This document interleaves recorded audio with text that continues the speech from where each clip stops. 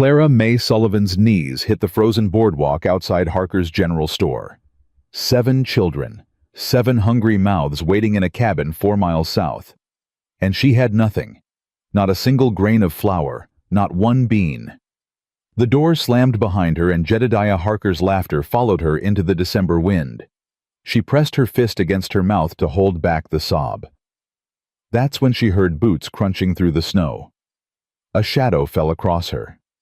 A rough hand, gentle as morning, reached down. "Ma'am, get up. Your children ain't going hungry tonight." Stay until the end to see how one stranger's promise rebuilt 8 broken lives, and comment your city below so I can see how far this story travels across the world. The bell above Harker's General Store jingled like a death knell. Clara May Sullivan stood just inside the doorway, her worn boots leaving wet marks on the wooden floor. Her fingers were blue. Her shawl was more whole than wool, but she kept her chin up, kept her spine straight, because dignity was the only thing she had left that didn't cost money. "Mrs. Sullivan." Jedediah Harker looked up from his ledger, his smile spreading slow and deliberate. "Back again so soon." "Mr. Harker." Clara approached the counter, her voice steady despite the trembling in her hands. "I need flour, cornmeal, whatever beans you can spare." "Need." Harker repeated the word like he was tasting it. He leaned forward on his elbows close enough that she could smell the tobacco on his breath. "That's a powerful word, need. What you got to trade for all this needing?" "I'll have money come spring. The territorial office. The territorial office." Harker laughed, and it wasn't kind. "You been singing that song for 6 months, Clara. Your husband's claim lapsed, his pension dried up, and last I checked, dead men don't send wages home." The words hit like fists. Clara's throat tightened, but she didn't look away. "I have 7 children, Mr. Harker. The youngest is 3 years old. The oldest is 13, and she's been eating half portions so her brothers and sisters can have more." Clara's voice cracked, but she pushed through. "I'm not asking for charity. I'm asking for credit. I'll work it off. I'll clean. I'll mend. I'll do whatever needs doing."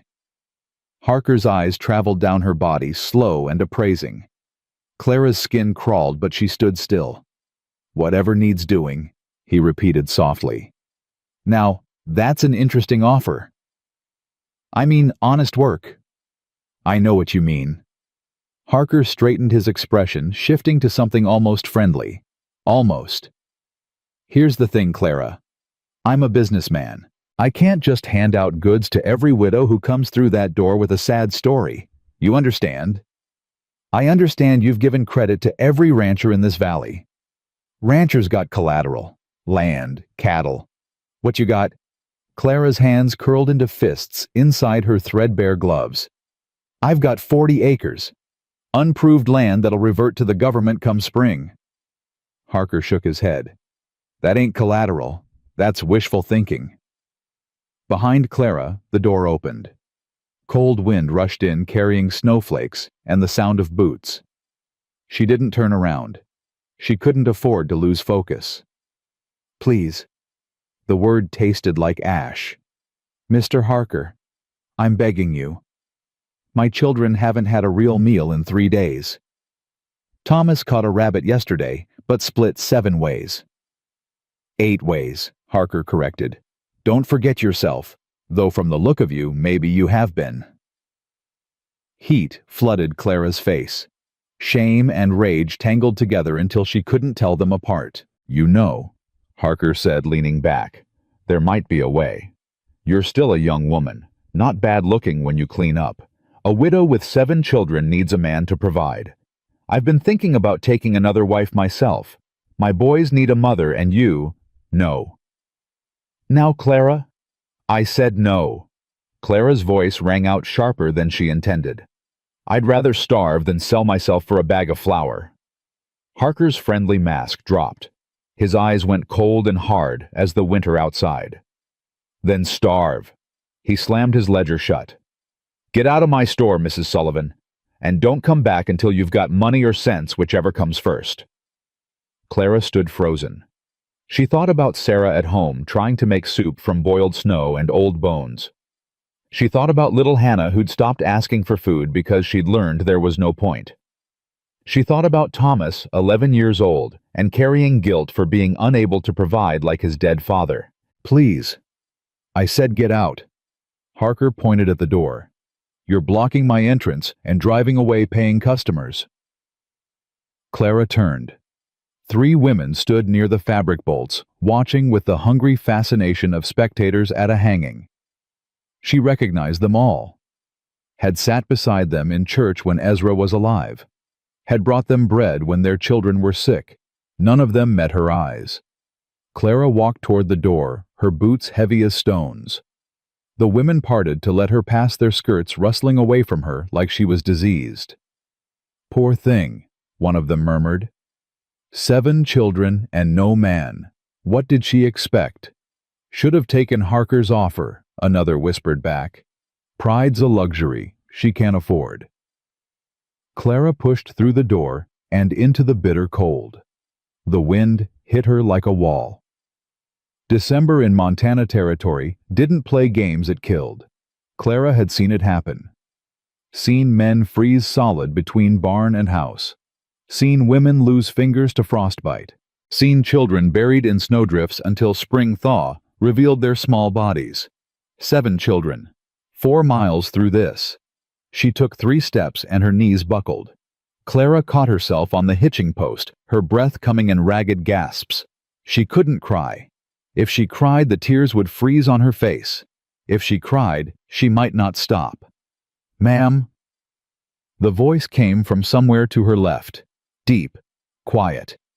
The kind of voice that didn't need to shout to be heard. Clara didn't look up. Couldn't look up. "I'm fine." "No, ma'am, you ain't." Boots appeared in her line of vision. Worn leather, well kept despite the weather. A man's boots, large and solid. They stopped in front of her and didn't move. "Look at me." Something in the voice, not a command exactly, but not a request either, made Clara lift her head. The man was tall.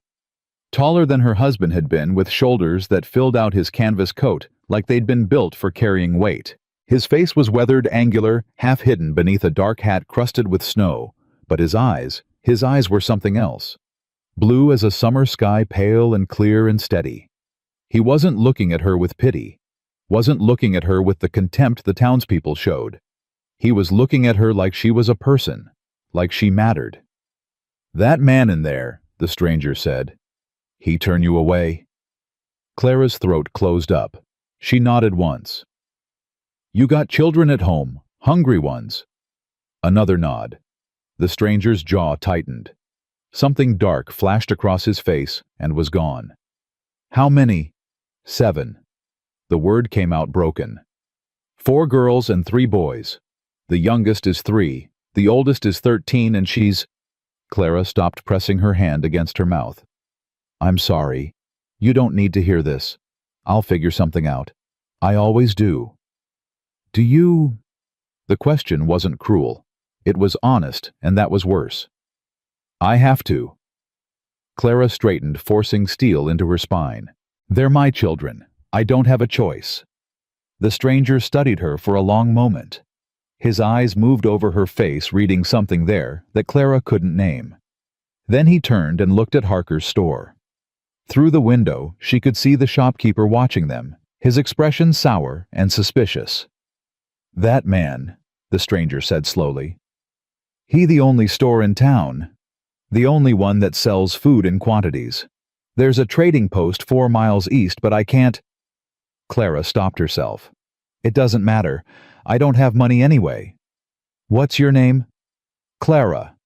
Clara Sullivan." "Mrs. Sullivan." The stranger touched the brim of his hat. "Name's Silas Callahan. Most folks call me Cal." "Mr. Callahan." Clara pulled her shawl tighter, preparing to leave. "I appreciate your concern, but there's nothing you can do. I need to get home before—" "I got a wagon." Silas interrupted. "I got supplies. More than I need for one man traveling alone. And I know that trading post you mentioned, Jensen's place. He don't ask questions, and he don't judge." Clara stared at him. The words didn't make sense. Couldn't make sense. I don't understand. It's simple. Silas stepped closer, his voice dropping. You come with me to Jensen's. I got pelts to trade, and what I get for them goes to feeding your children. Tonight. Before this storm gets worse. You don't even know me. I know enough. His jaw set hard. I know you got 7 children who didn't ask to be born into this world and didn't ask to go hungry. I know that man in there would rather let them starve than show a scrap of human decency. And I know... He stopped, something shifting in his expression. I know what it's like to be turned away when you got nothing left. Clara's vision blurred. She blinked hard, refusing to let the tears fall. Not here. Not where Harker could see through his window and enjoy her humiliation. Why? She whispered. Why would you help a stranger? Silas was quiet for a long time. When he spoke again, his voice had changed, softer, older, carrying the weight of years. Because I had a mama once who stood where you're standing, desperate, alone, and a man helped her when nobody else would. Didn't ask for nothing in return. Just saw a problem and fixed it because it was the right thing to do. He met her eyes. I figure if I can do the same, I ought to. Clara's heart hammered against her ribs. Every warning she'd ever heard screamed in her skull. He was a stranger, a drifter. She had no idea what he really wanted, and experience had taught her that men always wanted something. But louder than the warnings was the memory of Hannah this morning. Little Hannah, 3 years old, looking up with big eyes and saying, Mama, my tummy hurts, and Clara having nothing to give her except lies and empty promises. I can't pay you back. Didn't ask for payment. Then what do you want? Silas's expression didn't change. I want to sleep tonight knowing 7 children got food in their bellies, that's all. That's enough. It was insane. It was dangerous. It was everything Clara had been raised not to do. She looked back at Harker's store. Through the window she could see him still watching, his face twisted with something like jealousy. The women had gathered near the glass, pointing and whispering. Let them whisper. Clara turned back to Silas Callahan, this stranger with the steady eyes and the worn boots, and the voice like gravel and grace. All right, she said. I'll come with you. So, the wagon was old but solid, the canvas patched but clean. 2 horses stood in the trace's roans with kind eyes and thick winter coats. Silas helped Clara up onto the bench, his hand strong and careful, and she felt the calluses through her thin gloves. He climbed up beside her, took the reins and clicked his tongue. The horses leaned forward and the wagon creaked into motion. They rolled past Harker's store. Clara kept her eyes forward, but she felt the stares like hot brands against her skin. They're going to talk, she said quietly. Let them. You don't understand. In a town like this, reputation is everything. If people think if they assume that you and I... Do you care what they think? Clara considered the question seriously. A week ago she might have said yes. A month ago she would have been terrified of gossip. But that was before her children started going to bed hungry. Before she learned exactly how much Christian charity was worth in Bitter Creek, Montana. I used to, she admitted. Now I just care about keeping my children alive. Silas nodded like this was the answer he expected. Then don't worry about the talk. Worry about getting home with food. They left the town behind, following a trail that wound east through the valley. The snow was falling harder now, thick flakes that coated the horses' manes and gathered in the folds of Clara's shawl. The world turned white and quiet, muffled by winter. 7 children, Silas said after a while. That's a lot of mouths to feed on your own. It is. Their father.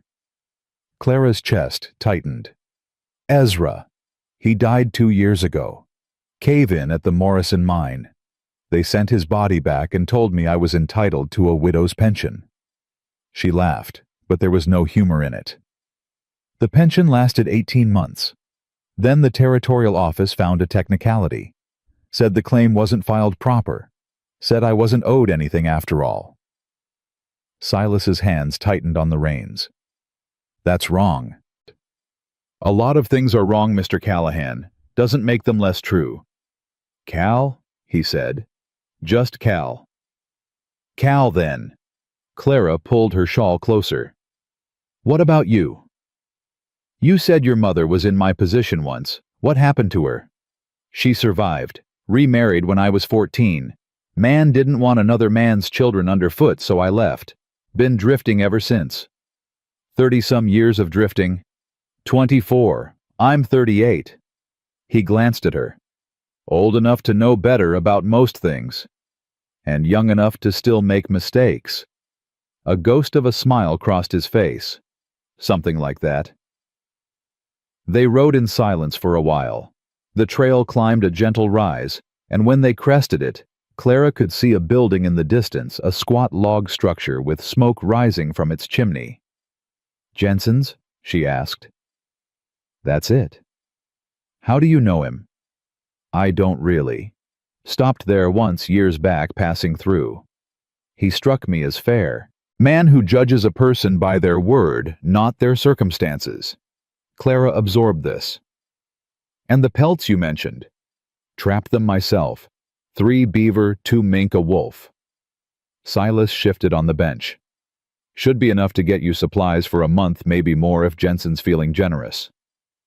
A month? Clara's voice caught. Cal, I can't.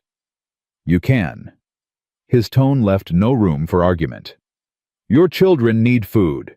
I have means to provide it. Everything else is just pride talking, and pride don't fill empty stomachs. Clara fell silent, overwhelmed. She'd been alone so long carrying everything herself. The weight of it had become so familiar, she'd forgotten it was heavy.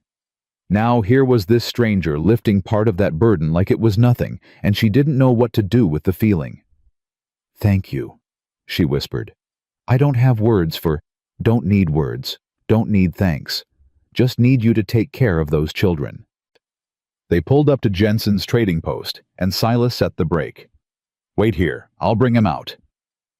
He disappeared inside, and Clara sat alone in the falling snow, her heart pounding. This was real. This was happening. A stranger was about to spend his winter's earnings on food for her children. The door opened. Silas emerged with a small wiry man whose beard looked like it housed several birds. Jensen's sharp eyes found Clara immediately. This the widow? He asked. This is Mrs. Sullivan. Jensen walked to the wagon. Studied Clara with an appraising look that somehow wasn't unkind. 7 children, he says. That true? Yes, sir. And that weasel Harker turned you away. Clara's face burned. Yes, sir. Jensen spat tobacco juice into the snow. Harker's a snake, always has been. Wouldn't piss on that man if he was on fire. He looked at Silas. You vouching for her? I am. Good enough for me. Jensen waved toward the building. Come inside, Mrs. Sullivan. Let's see what we can do about them hungry children. An hour later, Clara stood beside a wagon loaded with more food than she'd seen in 6 months. Flour, cornmeal, beans, salt pork, coffee, molasses, sugar, dried apples, a small wheel of cheese, 2 blankets thick wool without holes, a sack of potatoes that Jensen had thrown in on principle. This is too much, Clara said for the 5th time. This is enough, Silas corrected. Maybe. The pelts weren't worth all this. Jensen grinned his gap-toothed grin. The pelts were worth more. Your man there's got an eye for quality. That wolf hide alone would fetch $20 in Helena. He clapped Silas on the shoulder. You ever need work, Callahan, you come see me. I could use a trapper who knows his business. Silas nodded. I'll keep that in mind. They said their goodbyes and set out for Clara's cabin. The sun was sinking toward the mountains, now painting the snow in shades of pink and gold. The storm had lessened, leaving the world hushed and crystalline. 4 miles south, Clara said, along Bitter Creek. Silas turned the wagon onto the trail. Tell me about them. Your children. And Clara did. The words came easier than she expected, easier than they'd come in years. She told him about Sarah, 13, and Sirius carrying too much responsibility on her young shoulders. About Thomas, 11, and angry at a father who'd left by dying, trying so hard to be the man of the house when he was still just a boy. About Abigail, 10, and wild, who'd rather be outside than in, and Samuel, 8, and gentle, who drew pictures in the dirt with sticks.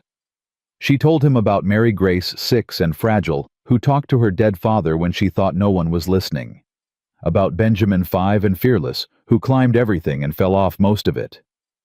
About Hannah, 3, and sweet, the baby who'd never really known her father at all. "They're good children," Clara finished.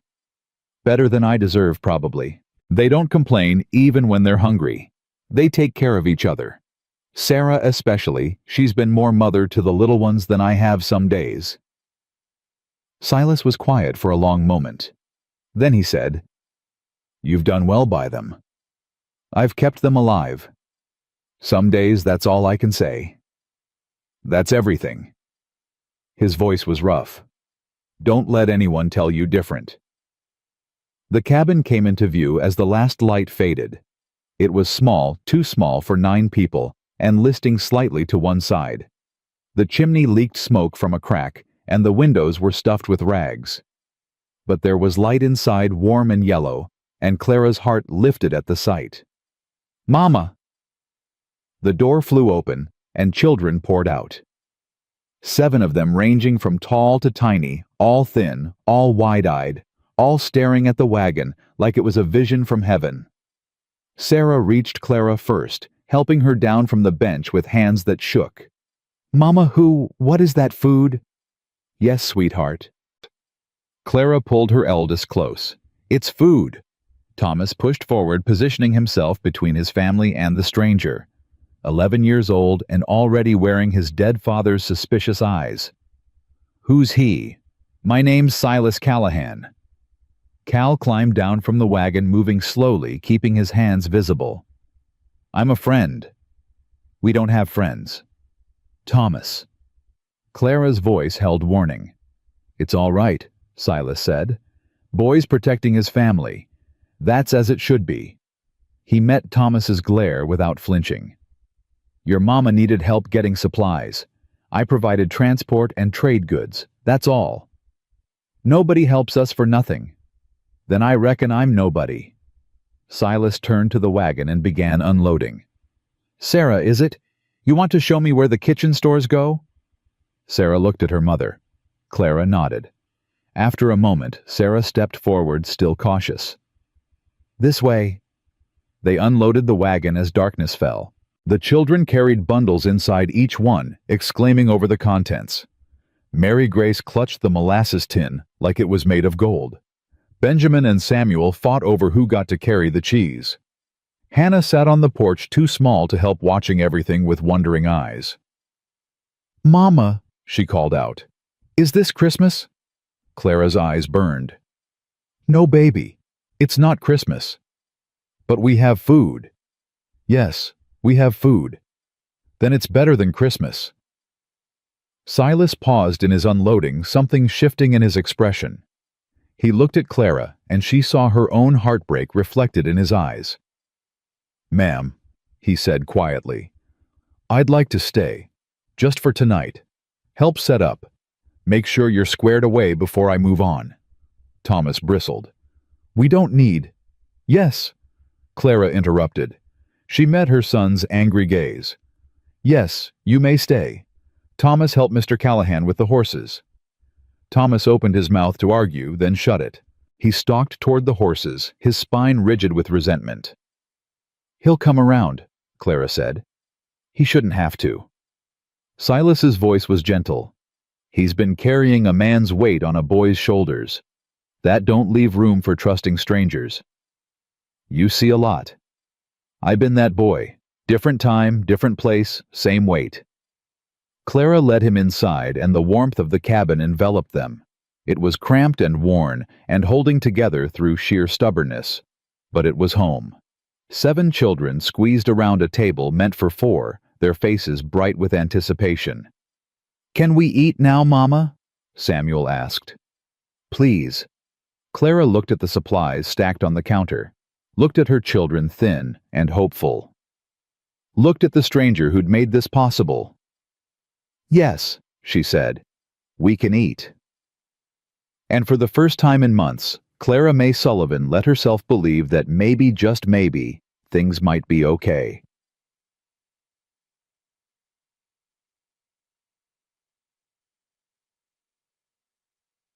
Silas cooked. Clara hadn't expected that. She'd started toward the stove herself, but he'd waved her off with surprising authority. Sit. You've been walking and worrying all day. Let me handle this. You can cook. Been feeding myself for 24 years. Picked up a few things. He pulled flour and salt pork from the supplies, moving with easy efficiency. Ain't fancy, but it'll fill bellies. That good enough? It was more than good enough. Clara sat at the table surrounded by her children and watched this stranger navigate her cramped kitchen like he belonged there. He made biscuits first, mixing dough with practiced hands, while the children gathered around to watch. Can I help? Abigail asked, her tomboy curiosity overcoming her caution. You know how to grease a pan? Yes, sir. Then grease this one. Not too much, just enough it don't stick. Abigail attacked the task with enthusiasm. Silas moved on to the salt pork, slicing it thin and setting it to fry. The smell that filled the cabin was enough to make Clara's mouth water. I want to help too, Samuel said quietly. You got a good eye. I guess so. Then watch them biscuits. They brown on top, you tell me right away. Can you do that? Samuel nodded solemnly, taking his position by the stove like a guard at his post. Mary Grace crept closer, her thumb in her mouth. She'd been the most frightened of the stranger, hiding behind Sarah's skirt since he arrived. But now she watched him with cautious fascination. What's your name, little one? Silas asked, not looking at her directly, keeping his voice soft. Mary Grace. That's a pretty name. You know what Mary means? She shook her head. Means wished for child. Someone who was wanted real bad. Silas flipped the salt pork, still not looking at her. I reckon your mama wanted you something fierce. Mary Grace looked at Clara, then back at Silas. She did. Course she did. Look at you. Pretty as a picture. Who wouldn't want a daughter like that? Something in Mary Grace's rigid little body relaxed. She didn't come closer, but she stopped hiding. Clara watched this quiet magic, this stranger charming her children one by one, and felt something crack open in her chest. Something that had been frozen solid for 2 years. Biscuits are browning, Samuel announced. Good eye. Silas pulled them from the oven, golden and perfect. Sarah, you want to slice up some of that cheese? Not too thick, make it stretch. Sarah hesitated only a moment before obeying. Soon she was moving around the kitchen beside Silas, the two of them working together, like they'd done it 100 times. Only Thomas held back. He sat in the corner, arms crossed, watching everything with suspicious eyes. Clara wanted to go to him to explain, but she knew better. Thomas needed time. He'd lost his father, and any man who threatened to take that sacred place would be met with resistance. Supper's ready, Silas announced. They gathered around the table, 8 people packed into a space meant for half that. Silas ladled out beans with chunks of salt pork, set the plate of biscuits in the center, arranged the cheese slices where everyone could reach. It wasn't a feast by any standard, but to Clara's children, it might as well have been. Can we eat? Benjamin bounced in his seat. Please, please, please. Clara looked at Silas. He looked back at her. Your house, he said. Your call. Eat, Clara said, and it was like releasing hounds. The children fell on the food with a desperation that hurt to watch. They stuffed biscuits in their mouths, shoveled beans, grabbed cheese with both hands. Only Sarah and Thomas maintained any dignity, eating quickly but neatly. Slow down, Clara said automatically. You'll make yourselves sick. Can't help it, Samuel mumbled around a mouthful. Too good. Silas ate slowly, watching the children with an expression Clara couldn't read. When Hannah struggled to hold her spoon, he quietly reached over and cut her biscuit into smaller pieces, then went back to his own meal without comment. "Thank you," Clara whispered. "She's little. Little ones need help." Thomas's fork clattered against his plate. "We don't need your help." Silas looked at him steadily. "Maybe not, but your sister does. You going to let pride keep her hungry?" Thomas's face reddened. He opened his mouth closed, it looked away. "Being a man ain't about refusing help." Silas continued, his voice gentle. "It's about knowing when to accept it. When your family needs something you can't provide alone. Swallowing pride is the strongest thing you can do."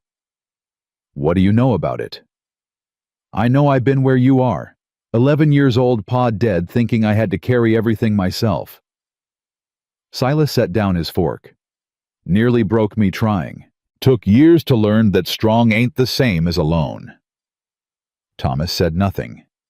But some of the hostility in his posture eased. The meal continued in softer silence. When the last biscuit was gone and the bean pot scraped clean, the children sat back with the dazed contentment of full bellies. "That was the best food ever," Benjamin announced. "It was adequate," Sarah said, then ruined her dignity by adding, "May I have the recipe for the biscuits?" Silas smiled. "Ain't much of a recipe.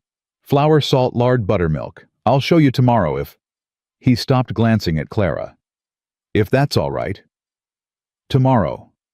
The word hung in the air. "You're staying?" Abigail asked hopefully. "I was planning to camp down by the creek, just to make sure you all got settled proper. But if your mama would rather I move on—" "Stay." The word came from Thomas. Everyone turned to stare at him. His face was red, but his chin was up. "The cabin leaks. The roof's got holes. I've been trying to fix it, but—" He looked down. "We need help." Clara's heart cracked and mended all at once. Her boy, her proud, angry boy, admitting what it cost him to admit. "If you're willing," she said to Silas, "we'd be grateful for the help." "I'm willing." He looked around at the faces ringing the table, suspicious and hopeful and cautious and eager, and something in his expression shifted. "I'm willing." Outside, the wind picked up, rattling the cabin's patchwork walls.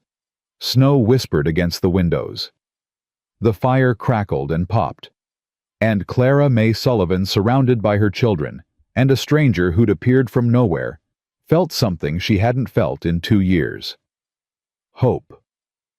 The morning arrived gray and bitter, but Clara woke to something she hadn't heard in months. Chopping. She sat up in the dark, her heart hammering. The children were still asleep, tangled together on the rope bed and pallets, their breathing soft and even. But outside, rhythmic and steady, came the sound of an axe biting wood. Clara wrapped her shawl around her shoulders and crept to the door. When she opened it, cold air rushed in, carrying snowflakes and the scent of pine. Silas Callahan stood in the gray pre-dawn light. His coat hung on a fence post, working in just his shirt despite the cold. He'd found her pathetic woodpile, little more than scraps and half-rotted branches, and was splitting logs he must have dragged from somewhere down by the creek. The axe rose and fell with the precision of long practice, and already a neat stack was growing beside the cabin. He looked up when he heard the door. Lowered the axe. "Morning." "You came back."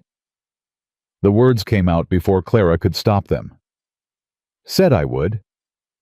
People say a lot of things. Something flickered in his eyes. Understanding, maybe, or recognition of a wound he knew too well. "I ain't people," he said simply. "I'm me, and when I give my word, I keep it." Clara stood on the porch, arms wrapped around herself, watching this stranger who kept showing up when he said he would. The concept felt foreign, dangerous even. "I'll make coffee," she managed. "I'd appreciate that." She went back inside and built up the fire with hands that trembled slightly. Not from cold, from something else entirely. By the time the coffee was ready and the children were stirring, Silas had split enough wood to last a week. He stacked it against the cabin wall, where it would stay dry, then came inside, stomping snow from his boots. "Something smells good," he said. "Just coffee, and I'm heating leftover biscuits from last night." "That's more than good. That's perfect." The children emerged one by one, rubbing sleep from their eyes. Hannah came first, toddling over to Silas without hesitation and holding up her arms. "Up!" she demanded. Clara started to apologize, but Silas was already lifting the little girl, settling her on his hip like it was the most natural thing in the world. "Morning, little one. You sleep good." "My tummy doesn't hurt anymore." Something crossed Silas's face. Pain quickly hidden. "Good. That's real good."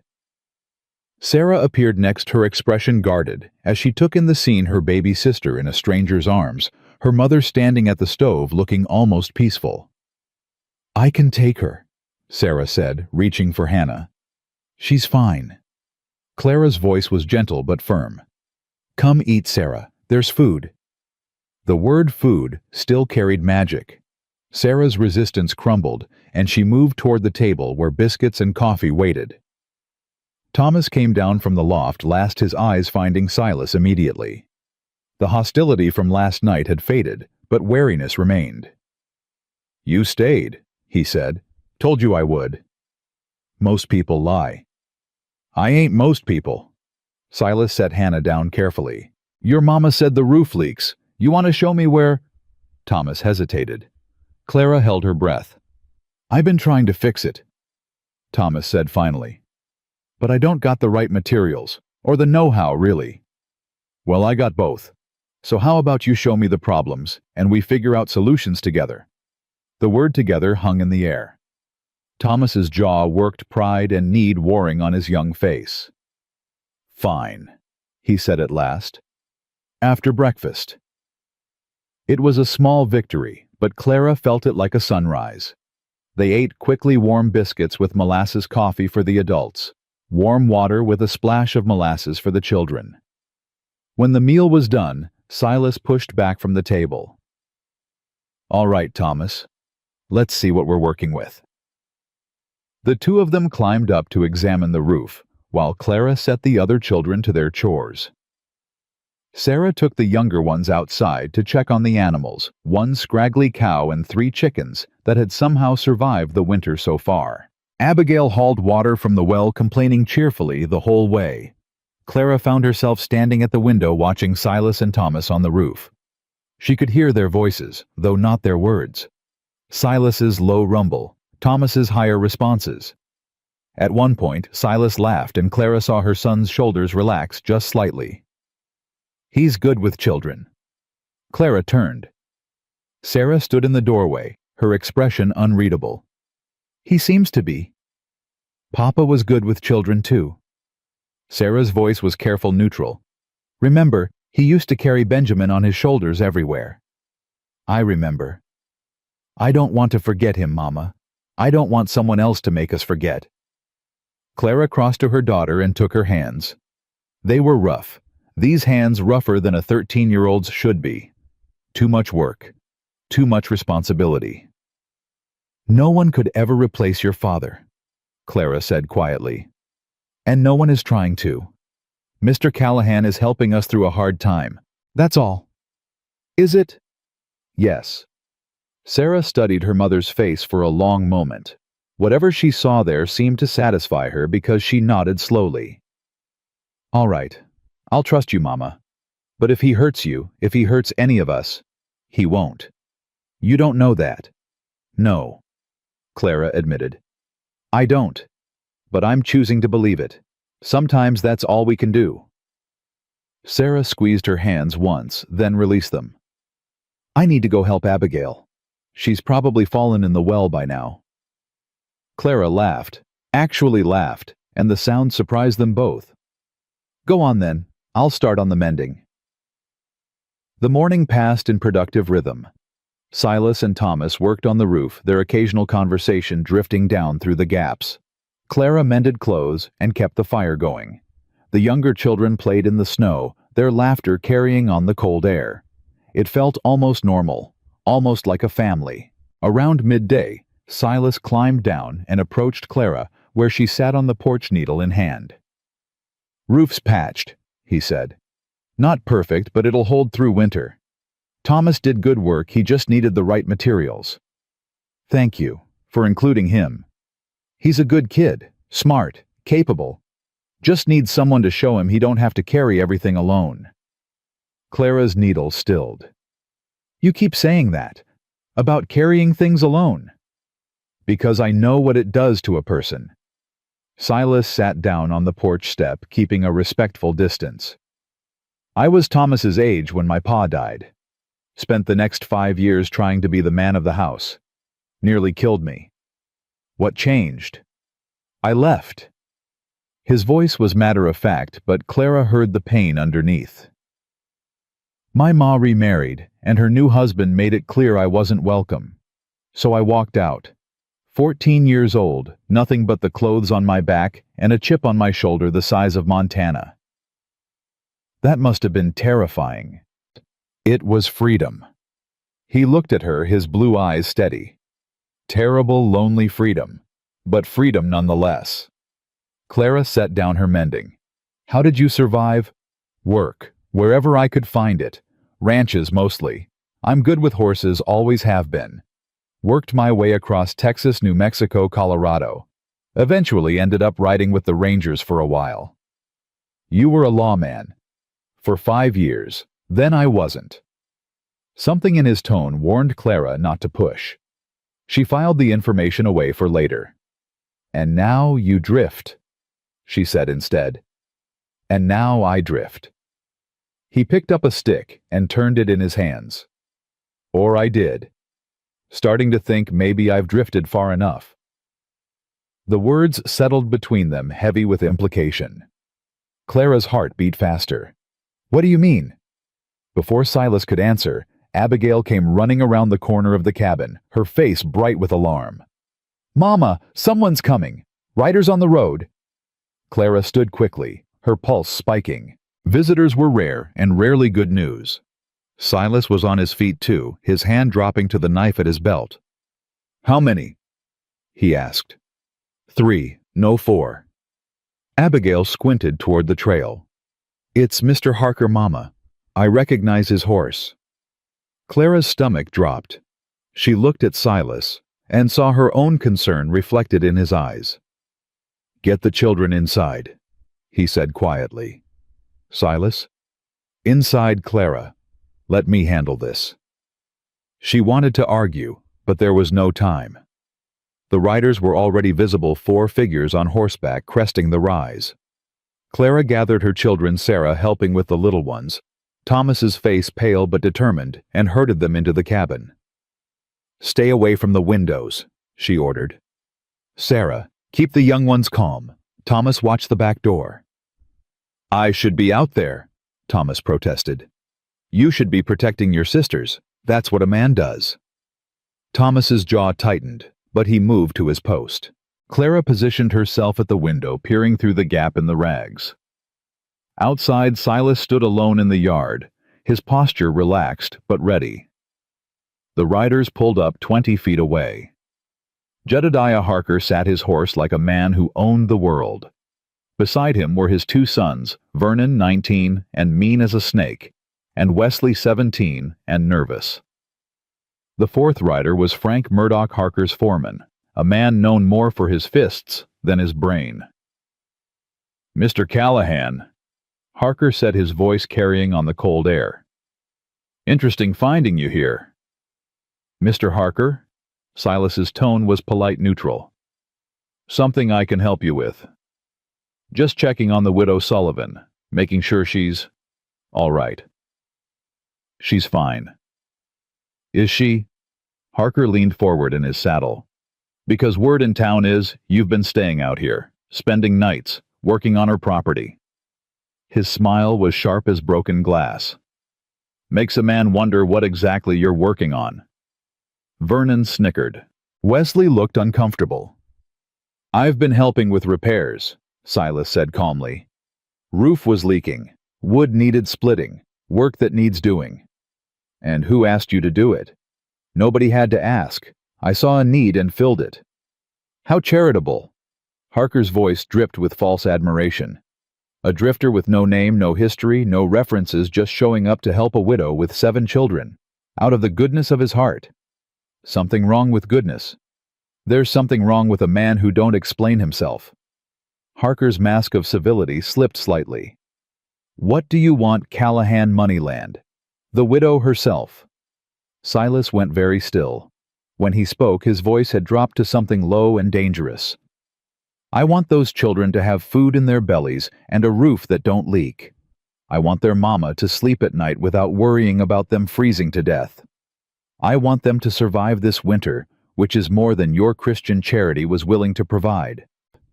Harker's face flushed. Now see here. No, you see here. Silas took a step forward, and all 4 horses shifted nervously. I was in your store yesterday. I watched you turn away a desperate woman with 7 hungry children. I watched you humiliate her in front of your customers. I watched you offer her marriage like it was a business transaction. That's none of your concern. I made it my concern. Vernon's hand dropped toward his gun. Silas didn't move, but something in his stance changed, a subtle shift that Clara recognized from watching predators in the wild. Tell your boy to move his hand, Silas said softly, before I move it for him. The air went tight and dangerous. Harker's eyes darted between Silas and Vernon, calculating. Vernon, hands on the saddle horn. But, Pa? Now. Vernon obeyed, his face twisting with resentment. Silas relaxed slightly, but only slightly.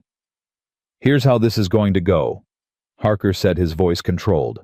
I'm going to ride back to town and ask some questions about you, Mr. Callahan. I'm going to find out where you came from and what you've done. And if I don't like the answers, I'm going to make sure every door in this territory closes to you. Ask whatever you want. I got nothing to hide. Everyone's got something to hide. Harker gathered his reins. You remember that drifter, and you remember that I was here first. The widow Sullivan is my responsibility, not yours. The widow Sullivan belongs to herself, and her children belong to her. You might want to remember that. For a moment, Clara thought Harker might order his men to act. The tension was thick enough to cut, but then Harker laughed a cold, empty sound and turned his horse. We'll see, he said. We'll see. The 4 riders departed their horses, kicking up snow as they went. Silas stood motionless until they disappeared over the rise. Then his shoulders dropped, and Clara saw his hand tremble slightly as he reached up to remove his hat. She pushed through the door and crossed to him.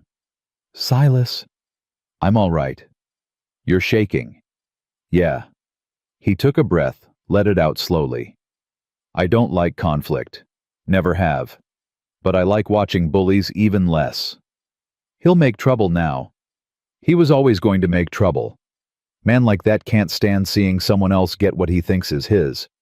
Silas looked at her, his blue eyes serious. I'm sorry if I made things worse.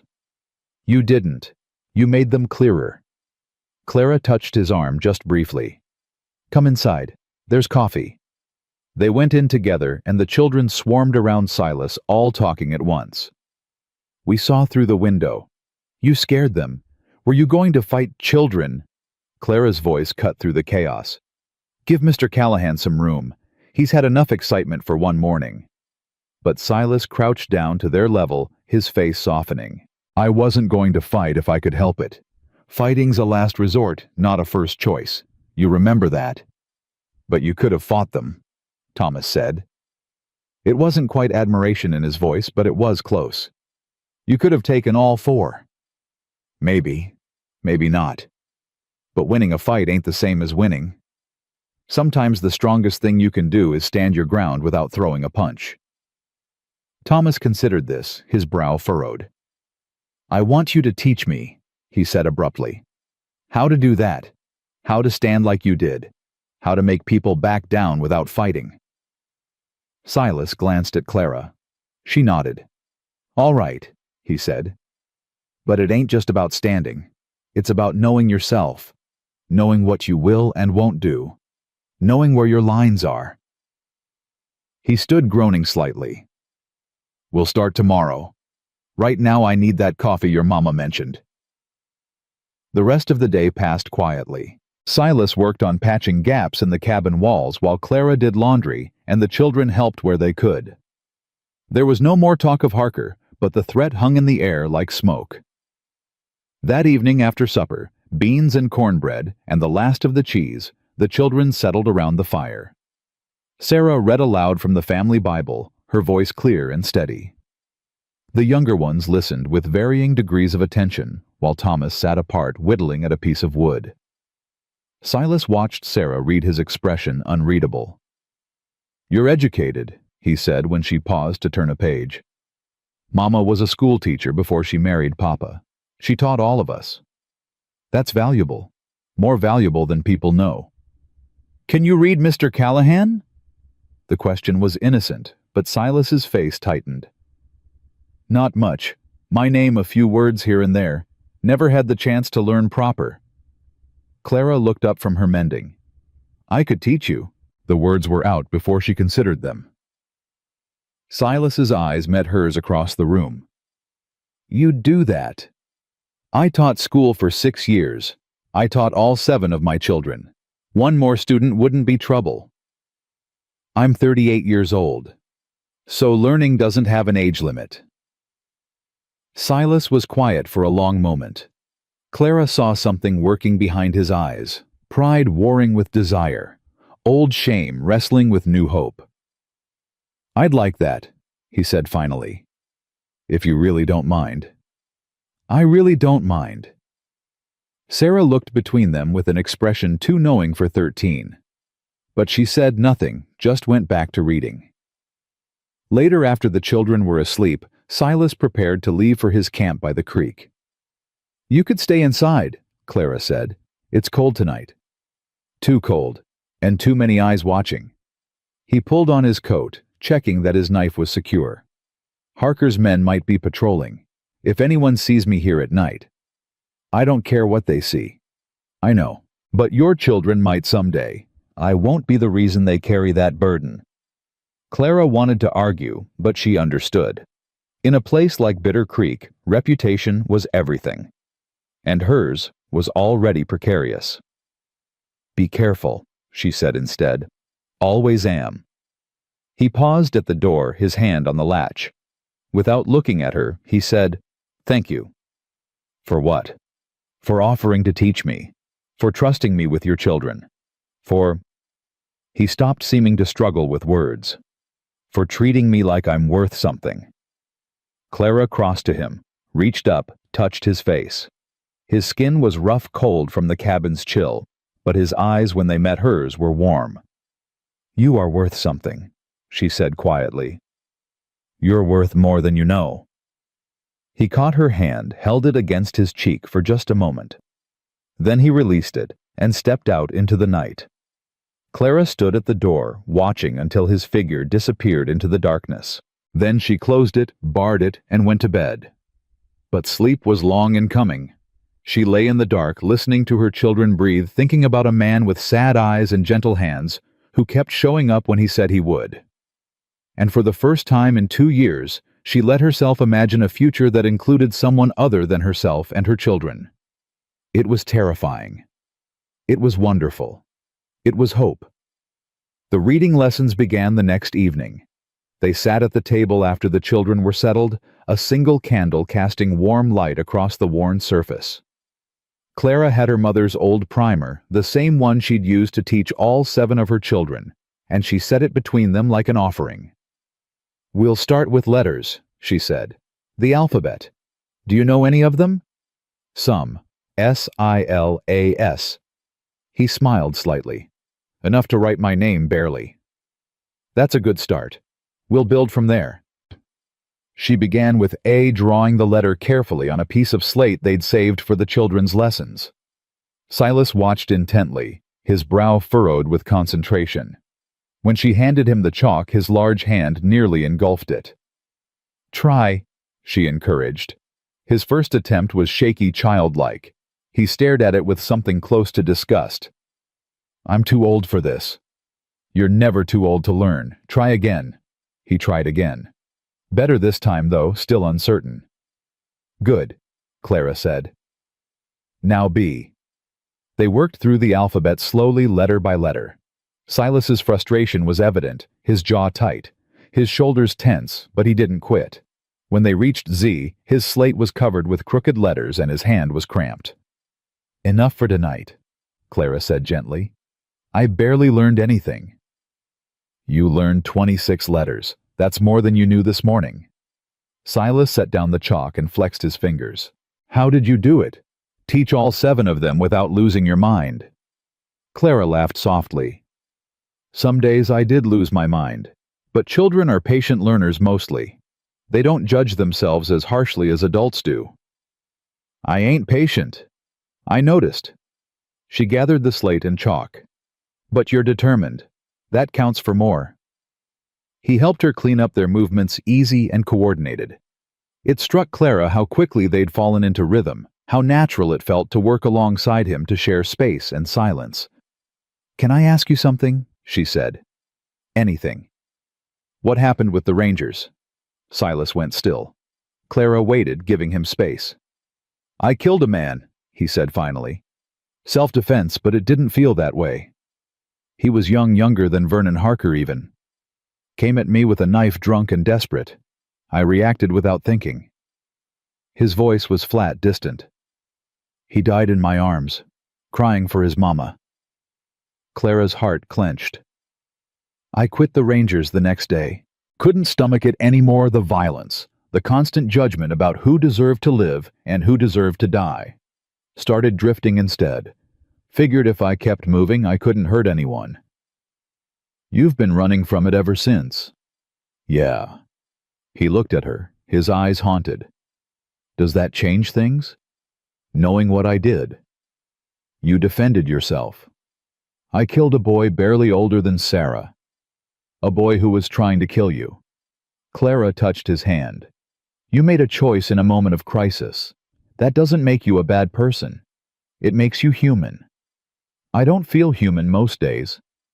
Then let us help you remember. The words hung between them, heavy with meaning. Silas turned his hand over, lacing his fingers through hers. His grip was warm, rough, desperate in a way that made Clara's breath catch. You're a good woman, Clara Sullivan. I'm a woman doing her best, same as everyone. No, not same as everyone. He raised their joined hands, pressed his lips to her knuckles. Not even close. Clara's pulse hammered in her throat. This was dangerous territory, emotional quicksand that could swallow them both. But she couldn't pull away. Didn't want to. Silas. I know. He released her hand gently. I know. Too fast. Too much. I'm sorry. Don't be sorry. Just... She searched for words. Give me time. I've been alone a long time. I've learned to be afraid of wanting things. I got nothing but time. He stood reaching for his coat. And I ain't going anywhere. He left for his camp, and Clara sat alone at the table, staring at the slate covered in crooked letters. Her hand still tingled where he'd kissed it. She was in trouble. Real trouble. The kind that had nothing to do with Harker, and everything to do with her own traitorous heart. But for once, trouble didn't feel like something to run from. It felt like something worth running toward. The days that followed established a pattern. Silas arrived at dawn, worked until dark, and left only when the children were settled for the night. He fixed the porch steps, reinforced the chicken coop, dug a new latrine farther from the well. Every problem Clara mentioned was addressed within hours. The children adapted to his presence with varying degrees of speed. Hannah and Benjamin attached themselves to him, immediately following him everywhere, begging for stories and attention. Samuel warmed slowly, watching from a distance, before gradually moving closer. Abigail peppered him with questions until he answered, then peppered him with more. Mary Grace remained wary. She watched Silas with her father's eyes, and Clara knew she was waiting for him to disappear like Ezra had. Thomas was the most complicated. He oscillated between suspicion and grudging respect, sometimes within the same hour. But the lessons Silas had promised teaching him to stand to project calm authority were bridging the gap. "It's in the eyes," Silas explained one afternoon, the two of them standing in the yard while Clara watched from the window. "You look at a man direct, don't blink, don't flinch. Let him know you see him, really see him. And that works. 9 times out of 10. Most bullies are counting on you to look away first. When you don't, it throws them off. What about the 10th time? The 10th time you better know how to fight." Silas shifted his stance. "But we ain't there yet. First we learn to not need fighting." Sarah watched these lessons too, her expression thoughtful. One evening she approached Silas while he was chopping wood. "I want to learn." Silas rested the axe. "Learn what you're teaching Thomas. How to stand. How to make people listen." She lifted her chin. "I'm the oldest. If something happens to Mama, I'm responsible for all of them. I should know how to protect them." "Something you expecting to happen to your Mama?" "Something already happened to my Papa." Sarah's voice was hard brittle. "I learned not to expect anything." Silas studied her for a long moment. Then he nodded. "All right. But what I teach Thomas ain't exactly what I'd teach you. Women got different tools, different strengths. You willing to learn that?" "I'm willing to learn anything that keeps my brothers and sisters safe." "Then we'll start tomorrow." Clara watched from the porch, her heart swelling. This man, this drifter, this stranger, was giving her children things she couldn't. Knowledge, confidence, the sense that they mattered. She was falling in love with him. The realization hit her like cold water. She gripped the porch railing, her knees suddenly weak. "Mama!" Abigail appeared beside her. "You okay? You look funny." "I'm fine, sweetheart. Just tired." But she wasn't fine. She was terrified and thrilled and confused. She was a widow with 7 children. He was a drifter with ghosts. This couldn't work, shouldn't work. But when Silas looked up from his chopping and met her eyes across the yard, when his face softened into something almost like joy, Clara knew that whether it should work or not didn't matter. It already was. That night during their reading lesson, Clara made a decision. "I need to tell you something," she said. Silas looked up from the slate where he'd been practicing his letters. "What is it?" "I'm scared. Of Harker. Of you." He went very still. "Clara, not like that." She reached across the table, took his hand. "I'm scared of what I feel. I'm scared of wanting something I can't have. I'm scared of trusting again, because the last time I trusted someone, he died and left me alone with 7 children and nothing but my own hands to keep them alive. I'm not Ezra. I know you're not. But you could leave too. You could ride away tomorrow and never look back, and I'd survive because surviving is what I do. But the children—" Her voice broke.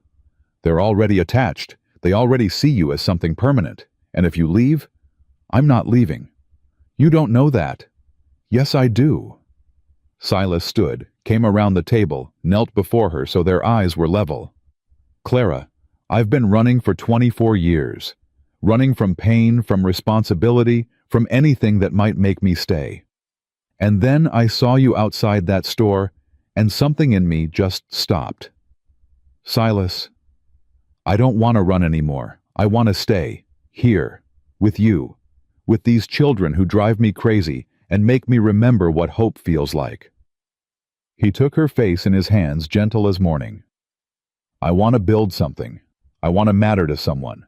I want to wake up in the same place twice and not feel like I'm trapped. You can't know that, after a week." "I know it." His voice was fierce, certain. "I've never known anything so clearly in my life. I love you, Clara May Sullivan, and I love your children. And I'm asking, begging for you to let me stay." Clara's tears spilled over hot against her cheeks. She wanted to believe him, wanted it so desperately that it hurt.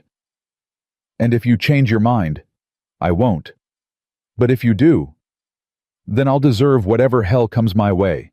But I won't. Clara." He wiped her tears with his thumbs. "I won't." She kissed him. It wasn't planned, wasn't considered. Just an impulse, a need that overwhelmed everything else.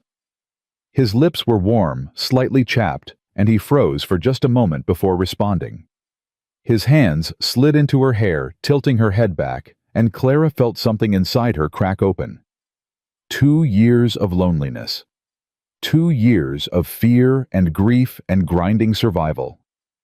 All of it washed away in the taste of this man, this stranger who wasn't a stranger anymore. When they finally broke apart, both breathing hard, Silas rested his forehead against hers. "Does this mean you'll let me stay?" Clara laughed through her tears. "Ask me properly." "Clara May Sullivan." His voice was rough, trembling slightly. "Will you let me stay? Not just tonight, not just this winter, but permanently. As your husband, if you'll have me." "Yes." The word came out before she could second-guess it. "Yes, I'll have you." He kissed her again, softer this time, and Clara felt something she'd thought was dead come back to life. Hope. Real, dangerous, beautiful hope. Whatever came next, Harker's threats, the town's gossip, the hard work of blending 2 broken lives into one, they would face it together. And together, Clara was beginning to believe they might just survive. The storm came 3 days after the proposal. Clara woke to a sound she knew too well, wind howling like a wounded animal, rattling the cabin's walls with furious hands. She sat up in the darkness, her heart already racing. "Mama!" Sarah's voice came from across the room, thin with fear. "Mama, what's happening?" "Blizzard." Clara threw off her blankets and moved to the window. Through the gaps in the rags, she could see nothing but white. "A bad one." The children stirred voices rising in confusion and alarm.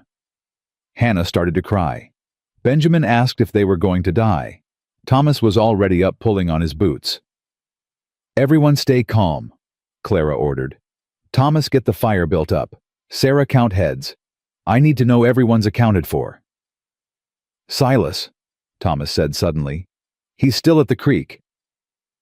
Clara's blood went cold. The creek was half a mile away. In a storm like this, half a mile might as well be 100. "He knows weather," she said, forcing confidence into her voice. "He'll have found shelter." "But what if he didn't? What if he tried to come here and got lost?" "Thomas." Clara gripped her son's shoulders. "Silas Callahan has survived worse than this. He'll be fine." She didn't know if she believed it, but she needed Thomas to believe it, needed all of them to believe it, because panic would kill them faster than cold. The morning passed in tense waiting. Clara kept the children busy feeding the fire, preparing food, playing quiet games to distract the little ones. But her eyes kept drifting to the door, her ears straining for any sound beyond the wind's roar. "Please," she prayed silently. "Please, let him be safe." Around midday, the door burst open. Silas stumbled through, coated in snow and ice, his face raw and red from the wind. He collapsed against the wall, breathing hard. "Silas!" Clara rushed to him, brushing snow from his coat. "You walked through that. Couldn't stay away." His teeth were chattering. "Knew you'd be worried?" "I was terrified." She helped him to the fire, stripping off his frozen coat. "You could have died." "Didn't, though." He managed a weak smile. "Takes more than a little snow to kill me." The children gathered around, their fear transforming to relief. Hannah climbed into Silas's lap before anyone could stop her, wrapping her small arms around his neck. "You came back," she said. "Course I did, little one. Told you I would." Clara watched them, her heart so full it hurt. This man had walked through a killing storm to reach them, had risked his life because he couldn't bear to leave them worried. "You're staying inside tonight," she said firmly. "No arguments." "Yes, ma'am." Silas's eyes met hers, warm despite the cold that still clung to him. "Whatever you say." The storm raged for 2 days. They huddled together in the cabin, all 9 of them conserving heat and food. Silas told stories to pass the time, tales of Texas and New Mexico, of wild horses and wilder men.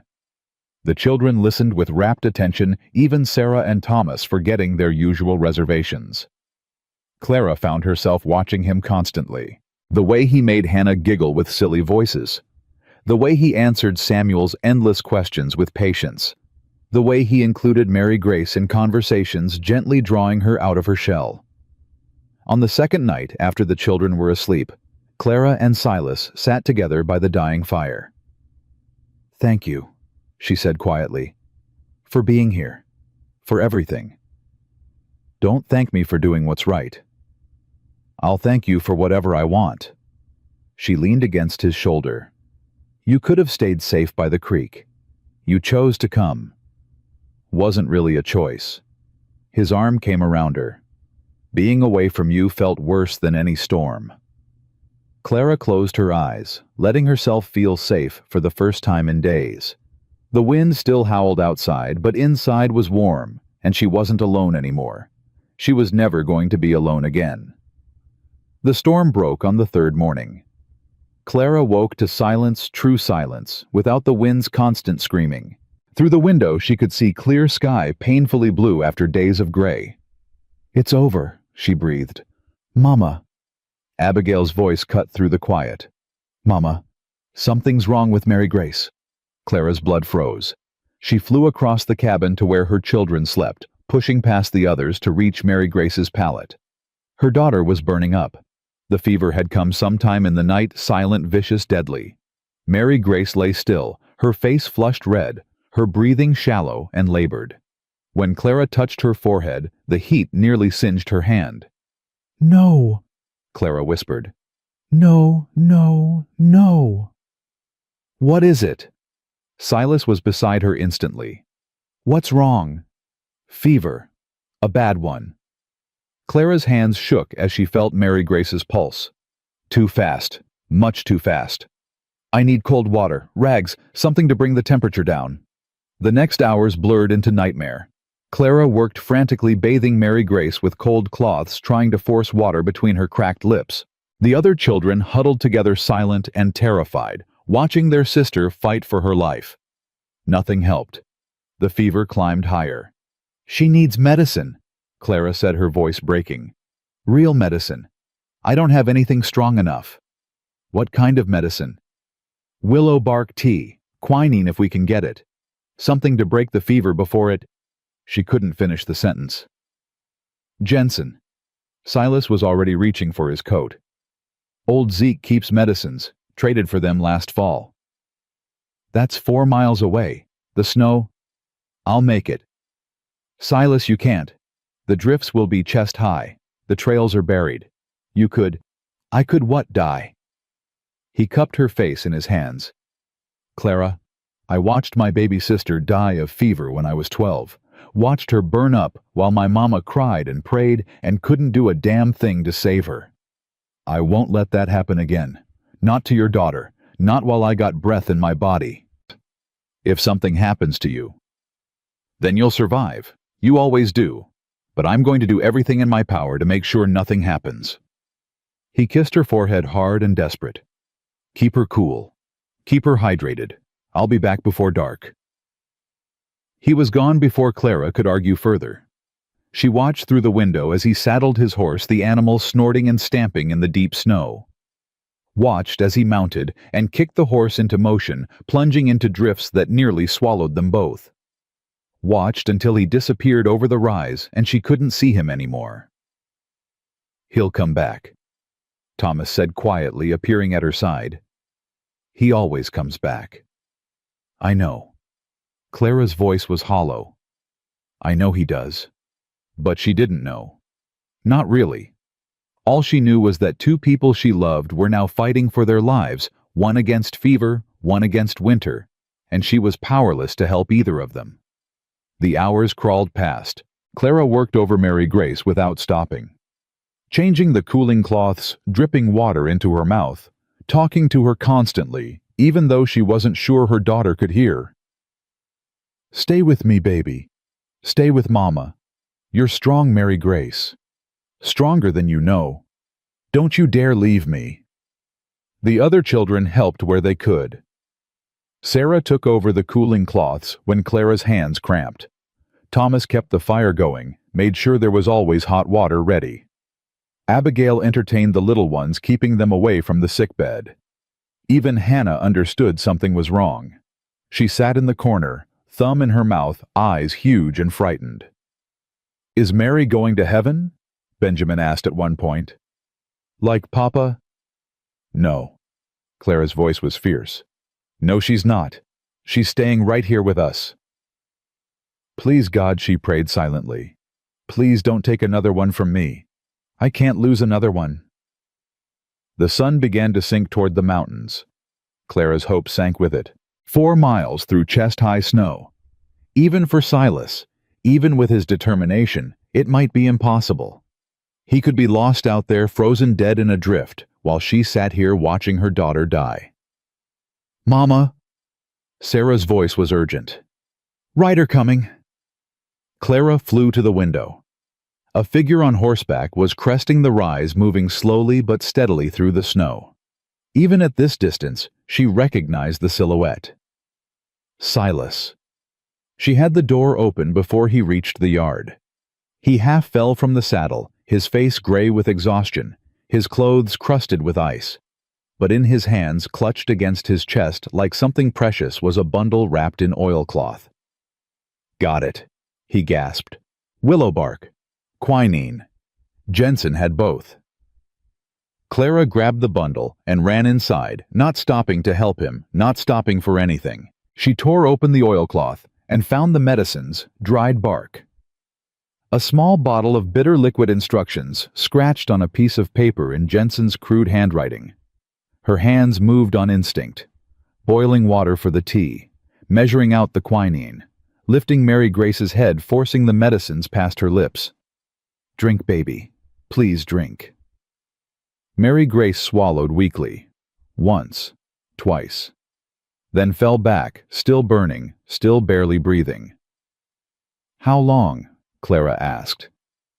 Jensen said the fever should break within hours, if it's going to break at all. Silas had made it inside, was leaning against the wall, barely able to stand. He said sometimes it doesn't. It will. Clara stroked her daughter's hair. It has to. The night that followed was the longest of Clara's life. She sat beside Mary Grace, never leaving, never sleeping. Silas sat with her for as long as he could, but exhaustion eventually claimed him, and he slept where he sat, slumped against the wall. The other children drifted off one by one until Clara was alone in the candlelight with her daughter. She talked through the darkness. Told Mary Grace stories about her father, about Boston, about the journey west. Told her about the life they were going to build, the garden, the animals, the new room Silas would build for the children. Told her about love and hope and all the things worth living for. "You have to see it," Clara whispered. "You have to be there. I can't do this without you, Mary Grace. You're part of us. You're part of this family. And families don't give up on each other." Sometime in the darkest hours, Mary Grace's breathing changed. Clara's heart stopped. She leaned closer, terrified of what she might find. But the breathing wasn't weaker. It was stronger, steadier. And when Clara touched her daughter's forehead, the skin was cooler than it had been in days. "Silas." Clara's voice was barely a whisper. "Silas, wake up." He was alert instantly, years of survival instinct overriding exhaustion. "What is it? Is she?" "The fever's breaking." Silas crossed to the bed, felt Mary Grace's forehead for himself. His eyes closed briefly, and Clara saw his lips move in what might have been a prayer. "Thank God," he breathed. "Thank God." Clara finally let herself cry. The tears came without warning, without control, great racking sobs that shook her whole body. Silas pulled her into his arms and held her while she fell apart, his hands stroking her back, his voice murmuring comfort. "It's all right. She's all right. You saved her. You saved her. You rode through that storm. You could have died. But I didn't. And neither did she. That's all that matters." Clara clung to him, crying out all the fear and desperation of the past day. And when the tears finally stopped, when she pulled back and looked at this man who had risked everything for her daughter, she knew with absolute certainty that she loved him. Not because he was kind, not because he was strong, but because when her child was dying, he had walked into the storm without hesitation. That was love. Real love. The kind that didn't ask for anything in return. "Marry me," she said. Silas blinked. "I thought I already asked that." "You did, but I'm asking now. Properly." She took his face in her hands. "Silas Callahan, will you marry me?" His smile was tired but brilliant. "Yes, ma'am. I believe I will." Mary Grace woke the next morning weak but lucid, the fever truly broken. "Mama." Her voice was a thread. "I had bad dreams." "I know, baby." Clara smoothed her daughter's hair. "But they're over now. You're safe. I saw Papa. In the dreams." Mary Grace's eyes were solemn. "He said I should stay. He said you needed me." Clara's throat closed up. "He was right. I need you very much. He said there was someone new, someone good." Mary Grace looked toward Silas, who was helping Sarah prepare breakfast across the room. "Is that him? The good one?" "Yes, sweetheart. That's him. I like him. He feels safe." From Mary Grace, who trusted no one, this was everything. Clara kissed her daughter's forehead and let the tears come again, grateful ones this time. Healing ones. The recovery took time. Mary Grace was weak for days, sleeping more than waking, eating little. But each day she was stronger. Each day the color returned to her cheeks, the light to her eyes. And through it all, Silas was there. He carried Mary Grace when she wanted to see the snow outside. He told her stories when she couldn't sleep. He let her rest against his shoulder while Sarah read aloud from the Bible. Slowly, almost imperceptibly, the wall that Mary Grace had built around herself began to crumble. "Mr. Silas," she asked one evening. "Yes, little one." "Are you going to be my new papa?" Silas looked at Clara, then back at Mary Grace. "If you'll have me." "I'll have you." She said it simply, matter-of-factly, as only a child could. "But you can't die. My first papa died, and it made everything sad. You have to promise not to die." "I can't promise that, sweetheart. Nobody can. But I can promise to try my hardest to stay with you as long as I can." "Is that enough?" Mary Grace considered this seriously. "Yes, I think so." "Then it's a deal." She held out her small hand, and Silas shook it gravely. Clara watched them, her heart overflowing.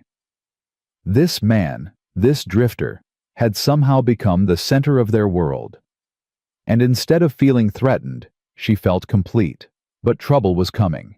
She could feel it the way she felt storms before they arrived. And sure enough, trouble came riding up the trail the very next week. Clara saw them first, 3 riders approaching from the direction of town. Her stomach clenched when she recognized the led horse. "Silas!" He looked up from the harness he was mending. Saw the riders. His face went still. "Get the children inside." "I'm not hiding." "Clara, I said I'm not hiding." She lifted her chin. "Whatever he's got to say, he can say it to both of us." The riders pulled up in the yard. Harker was in front, as expected, his face twisted with ugly satisfaction. Behind him were Vernon and a man Clara didn't recognize, a stranger, with a badge pinned to his coat. "Mrs. Sullivan," Harker said, "I told you I'd ask questions about your friend here. I got answers." "And you brought the law to share them." Clara's voice was steady, despite her racing heart. "This is Marshal Tom Brackett, up from Helena." Harker gestured to the stranger. "He was real interested when I mentioned the name Silas Callahan." Clara looked at Silas. His expression was unreadable, but something in his stance had changed, a subtle tension, a readiness. "Marshal," Silas said, his voice neutral. "Callahan." The marshal's eyes were hard, assessing. "Been a long time." "You know each other?" "We do." Brackett shifted in his saddle. "Rode Rangers together back in the day, before Callahan here killed a boy in Abilene and ran." Clara's blood went cold. She looked at Silas, waiting for him to deny it. He didn't. "That's not the whole story," Silas said quietly. "Isn't it? The way I heard it, you shot down Billy Carson in cold blood. Kid was barely 18. Kid was drunk and trying to put a knife in my gut. I defended myself." "So you say, but you didn't stick around for a trial, did you? Just packed up and disappeared." Brackett leaned forward. "That looks guilty to me. I left because I couldn't stomach any more killing, not because I had something to hide." "Pretty words. Got any proof?" Silas was silent. "That's what I thought." Harker's voice oozed triumph. "So you see, Mrs. Sullivan, this man you've been harboring is a murderer, a fugitive from justice, and now that the marshal knows where he is, I'm not here to arrest him." Harker's head snapped toward Brackett. "What?" "I'm not here to arrest him." The marshal's voice was flat. "I looked into the Carson case before I rode up. Witnesses confirmed it was self-defense. The warrant was dropped years ago." Harker's face went purple. "Then why?" "Because you told me there was a dangerous criminal threatening a widow and her children. You made it sound like he was holding her hostage." Brackett's eyes swept the scene, Clara standing beside Silas, the children watching from the cabin doorway, none of them showing any fear of the man beside them. "That doesn't look like a hostage situation to me. She's been deceived, manipulated." "Have you, ma'am?" Brackett addressed Clara directly. "Has this man done anything to harm you or your children?" "No." Clara's voice rang clear. "He's done nothing but help us. He saved my daughter's life 3 days ago, rode through a blizzard to get medicine when she was dying of fever. And you're with him willingly. I'm engaged to marry him." Brackett nodded slowly, then turned back to Harker. "Sounds to me like you wasted my time, Mr. Harker. Dragged me 50 miles in the cold for nothing." "But he, the Carson boy, was a drunk who attacked a ranger with a knife. Callahan did what any lawman would do." Brackett gathered his reins. "My advice, let this go. Find someone else to bother. Because from where I'm sitting, the only one causing trouble here is you." He turned his horse and rode away without looking back.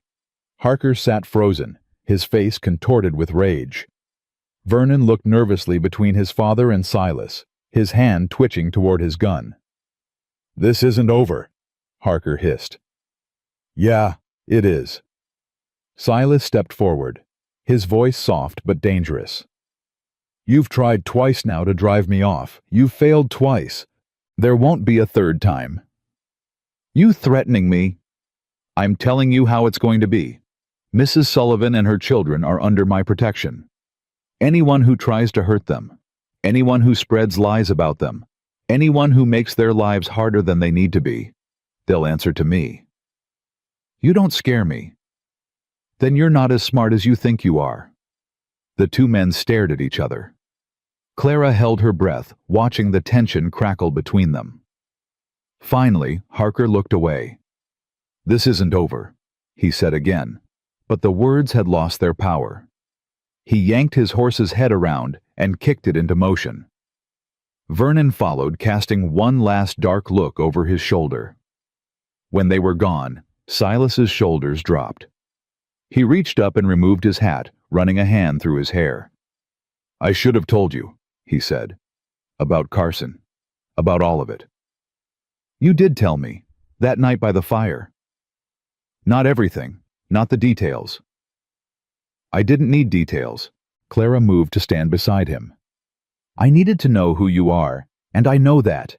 A man who kills in self-defense isn't a murderer, he's a survivor." Silas looked at her, something raw and vulnerable in his eyes. "You still want to marry me? Even now?"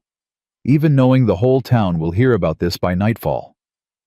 Clara took his face in her hands, the way she had the night she asked him to marry her. Silas Callahan. "I don't care what this town thinks. I don't care what Harker says.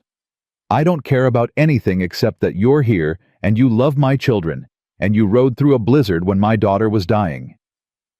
She kissed him right there in the yard where anyone could see. "Now stop asking foolish questions and help me get supper started. We've got a wedding to plan." Silas laughed a real laugh, surprised and joyful. "Yes, ma'am. Whatever you say." They walked inside together, and the children surrounded them immediately, all talking at once. "Is the bad man gone? Are we safe? Can we still have the wedding?" "Yes," Clara said, gathering as many of them as she could reach into her arms. "Yes to all of it. We're safe. We're together. And we're going to be just fine." Over their heads she met Silas's eyes. He nodded once, a promise and a vow. Whatever came next, they would face it together. The wedding was set for the first Sunday in February. Clara hadn't wanted to wait, but Reverend Whitfield insisted on proper notice. "Give the town time to accept it," he'd said, his weathered face kind but practical. "Let the gossip die down. By the time you stand before God, people will have found something else to talk about." Clara doubted that. Jedediah Harker had been spreading poison ever since the marshal rode away. Every trip to town for supplies brought new whispers, new stares, new evidence of how thoroughly he'd turned the community against them. But she refused to care. She had Silas. She had her children. She had food in the pantry, and a roof that didn't leak, and hope burning steady in her chest. Everything else was noise. "Mama, hold still." Sarah tugged at the fabric she was pinning around Clara's waist. "I can't get the measurements right if you keep fidgeting." "I'm not fidgeting. You are. You're thinking about Mr. Silas and getting all twitchy." Clara felt heat rise to her cheeks. "I am not." "You are too." Abigail looked up from where she was sorting buttons. "Your face gets all soft and your eyes go funny. It's disgusting." "Disgusting," Hannah echoed, not understanding the word, but enjoying being part of the conversation. "That's enough from all of you." Clara tried to sound stern and failed completely. Sarah finished the pinning. "Abigail, if you can't say something nice, don't say anything at all. And Hannah, go see what your brothers are doing." "They're with Papa Silas." Hannah said the name naturally, now had been saying it for weeks. "He's teaching Thomas to shoot." Clara's heart stuttered. "He's what?" "Teaching Thomas to shoot. With the rifle." "Thomas asked, and Papa Silas said yes if you said yes. But nobody asked you, so I don't know if you said yes or not." Clara was out the door before Hannah finished speaking. She found them behind the cabin, Silas standing with Thomas, the rifle propped against a fence post. They weren't shooting, just talking, Silas's hands moving as he explained something about stance and breathing. "Silas Callahan." Both of them turned. Thomas's face went pale. Silas had the grace to look sheepish. "Now, Clara, you're teaching my 11-year-old son to shoot?" he asked. "And out here knowing how to handle a gun is—" "He's 11. I was 8 when I learned." Silas's voice was gentle but firm. "And I know boys younger than Thomas who've had to defend their homes against wolves, against rustlers, against worse. I ain't saying he needs to shoot anyone. I'm saying he needs to know how, so if the time ever comes, he's prepared." Clara opened her mouth to argue, then stopped. She looked at Thomas, really looked at him. At the determination in his young face, the set of his shoulders, the way he stood, like he was ready to protect something. He wasn't a little boy anymore. He was becoming a man, whether she was ready for it or not. "You should have asked me first," she said finally. "You're right. I should have. I'm sorry. And you." She turned to Thomas. "Going behind my back is not acceptable. If you want something, you ask, directly. Understood?" "Yes, ma'am." Clara stood there, torn between maternal protectiveness and practical reality. Out here in this harsh land, children grew up fast. They had to. "Fine," she said at last. "You can learn. But not without supervision, and not until Silas says you're ready. And the first time you point that rifle at anything, you shouldn't. Lessons are over. Permanently."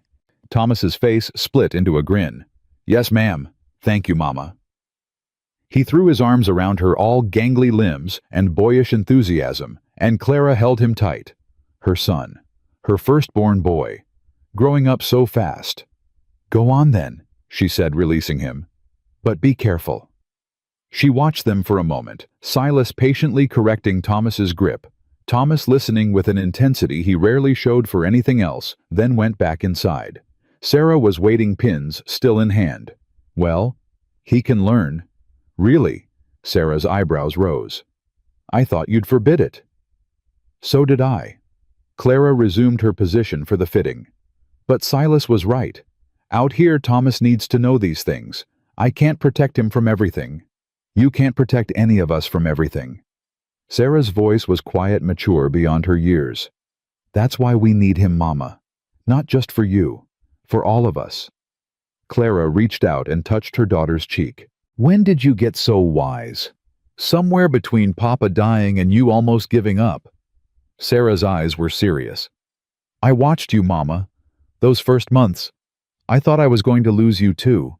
You were there, but you weren't really there. Like a ghost wearing your face." Clara's throat tightened. "Sarah, Mr. Silas brought you back. Whatever happens, I'll always be grateful to him for that."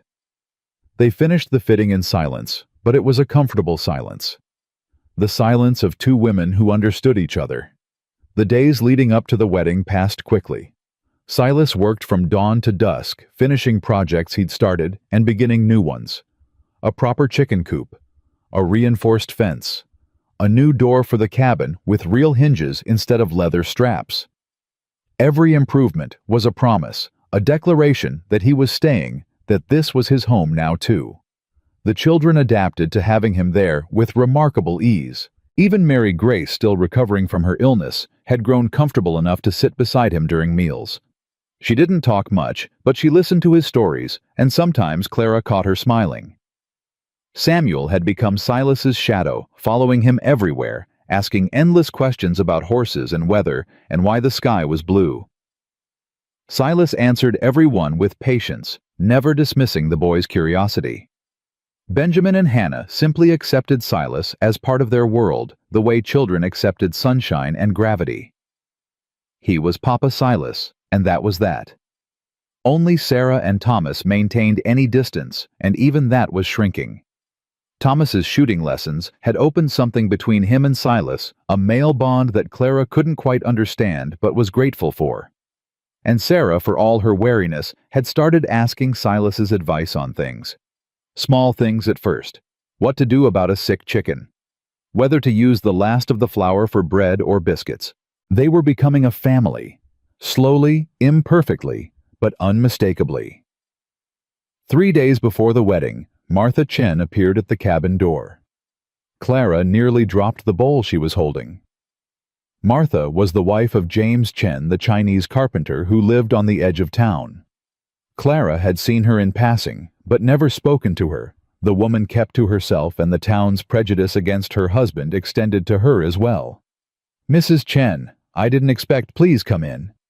Martha stepped inside, her eyes taking in the cabin's modest interior with quick assessment. She was small, barely 5 feet, with dark hair pulled back severely and hands that showed years of hard work. "I heard you're getting married," she said without preamble. "To the drifter." "His name is Silas Callahan. And yes, I am." "The town's talking." "The town's always talking." Martha's mouth quirked in something that might have been a smile. "True enough. They talk about us too. About me and James. Say we shouldn't be allowed. Say our marriage isn't real because he's Chinese and I'm not." Clara felt a flash of anger on Martha's behalf.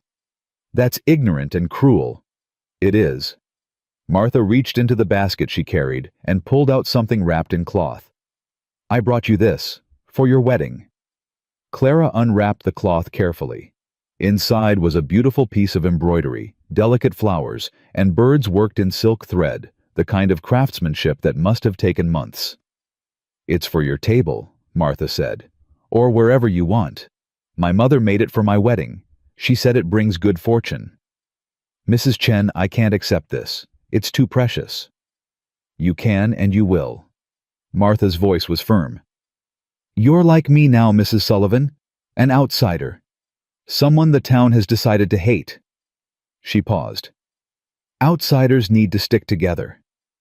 Clara looked at this woman she'd never really seen before, this stranger who'd walked through cold and prejudice to bring her a gift. "Thank you," she said softly. "Would you come to the wedding, I mean? You and your husband. It would mean a great deal to us." Martha's eyes widened slightly. "You want us there?" "I do. Very much." For a moment, Martha's careful composure cracked, and Clara saw the loneliness underneath. The longing to belong somewhere to someone. "We'll come," Martha said. "Thank you." After she left, Clara stood holding the embroidery, thinking about the strange ways that people found each other. Two women with nothing in common, except being outcasts. Now allies, maybe even friends. The night before the wedding, Silas found Clara sitting on the porch wrapped in a blanket against the cold. "Can't sleep?" he asked, settling beside her. "Too much thinking." "Thinking about what?" Clara was quiet for a moment, organizing her thoughts. "About Ezra. About the day I married him. I was so young, Silas, 18 years old, and certain I knew everything. Certain that love was enough to make anything work. Was it? For a while. We had good years before the children came so fast and the money got so tight. Before the West broke us down." She pulled the blanket tighter. "I loved him. I did. But I don't know if I ever really knew him. We were so busy surviving, we forgot to actually live." Silas took her hand, his warmth cutting through the cold. "What are you trying to say?" "I'm trying to say that I'm scared." Clara turned to face him. "Not of marrying you. Of making the same mistakes. Of losing myself again in survival mode and forgetting to pay attention to what matters." "Then we won't let that happen." "How?"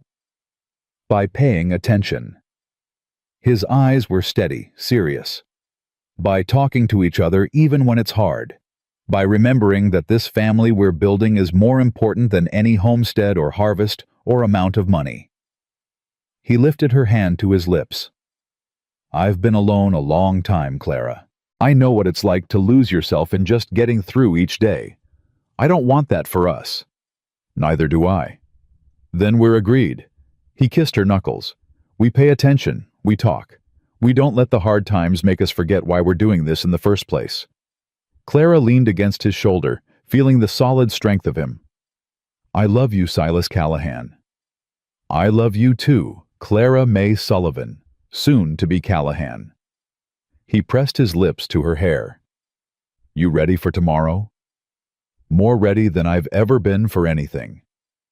They sat together in the cold dark, watching stars wheel overhead, and Clara felt the last of her fear dissolve. Whatever came next, they would face it together. The wedding morning dawned clear and bright. Clara woke to find Sarah already up heating water for washing. The other children stirred around her, sleepy and excited, all of them aware that something important was happening. "You need to wash your hair, Mama," Sarah announced, "and your face, and put on the dress. Reverend Whitfield will be here at noon." "I know what time the Reverend will be here." "Then you know you're running late." Clara laughed, surprised by it. Here she was on her wedding day being bossed around by her 13-year-old daughter. It felt right somehow, normal in all the ways that mattered. She washed and dressed with the children's help, Sarah handling the delicate work, while Abigail offered unsolicited commentary, and the younger ones watched with wide eyes. The dress was simple blue cotton, carefully mended and cleaned, but Sarah had added new trim around the collar, and Abigail had found wildflowers somehow already pressing them into Clara's damp hair. "You look beautiful, Mama," Mary Grace said softly. It was the most she'd spoken in days. Clara crouched down to her daughter's level. "Thank you, sweetheart. Do you feel all right, strong enough for today?" Mary Grace nodded. I want to see you get married. I want to see you be happy. I am happy. I'm happy right now with all of you. But you'll be happier with Papa Silas. I'll be happiest with all of you and Papa Silas. Together. That's what family means. Mary Grace considered this, then nodded again. Okay, that makes sense. The Reverend arrived at noon as promised with his wife as witness. Behind them came old Zeke Jensen riding a mule and grinning his gap-toothed grin. And behind him, to Clara's joy, came James and Martha Chen, dressed in their best-looking nervous but determined. Quite a gathering, Reverend Whitfield observed. More than I expected given the circumstances. Quality over quantity, Clara said. These are the people who matter. Silas was waiting by the cabin door, wearing a clean shirt and his best vest. His hair was combed, his face freshly shaved, and when he saw Clara in her blue dress with flowers in her hair, his expression transformed into something so tender it made her breath catch. You're beautiful, he said. You're not so bad yourself. Ready. I've been ready for weeks. You're the one who made me wait. He laughed and offered his arm, and together they walked to where Reverend Whitfield waited. The ceremony was simple. No church, no congregation, no organ music or fancy decorations. Just two people standing in a snowy yard surrounded by 7 children and a handful of friends who'd chosen to be there despite what the town thought. But when Reverend Whitfield asked Clara if she took this man, her voice rang out clear and strong. I do. And when he asked Silas the same question, his answer was equally certain. I do. Silas slid a ring onto Clara's finger, a simple band of silver worn smooth with age. It was my mother's, he said quietly. Jensen kept it for me all these years. I'd like you to have it. Clara looked at the ring, this symbol of another woman's love story now passed on to her. I'll treasure it. By the power vested in me, Reverend Whitfield intoned. I now pronounce you husband and wife. You may kiss the bride. Silas kissed her gentle and reverent, and the children erupted into cheers. You're married, Benjamin shouted, bouncing with excitement. You're married! You're married! Does this mean we have a papa for real now? Hannah asked. For real, Silas confirmed, scooping her up. For real and forever. They celebrated with food and laughter crowded into the cabin that suddenly felt too small and absolutely perfect. Jensen had brought whiskey for the adults and peppermints for the children. Martha Chen had made dumplings, her family's traditional celebration food, and the children declared them the best thing they'd ever tasted. As the afternoon wore on and the celebration wound down, Clara found herself standing at the window watching the guests depart. Jensen rode away on his mule waving. The Chens followed Martha, looking back once with something like joy on her guarded face. Reverend Whitfield paused at the door. You've got a good man there, Mrs. Callahan. Mrs. Callahan. The name sent a thrill through her. I know, she said. Thank you for everything. Thank me by being happy. That's all the thanks I need. When they were finally alone, or as alone as they could be with 7 children, Silas pulled Clara close. Hello, wife. Hello, husband. Strange words. Good words. She rested her head against his chest, listening to his heartbeat. I never thought I'd say them again. Never thought I'd want to. And now I can't imagine not saying them. Can't imagine you not being here. She looked up at him. You're part of us now, Silas. Part of this family. You belong here. I know. His voice was rough with emotion. First time in my life I've belonged anywhere. It's a lot to take in. Take your time. We've got plenty of it. We do, don't we? He smiled, and it reached all the way to his eyes. We've got forever.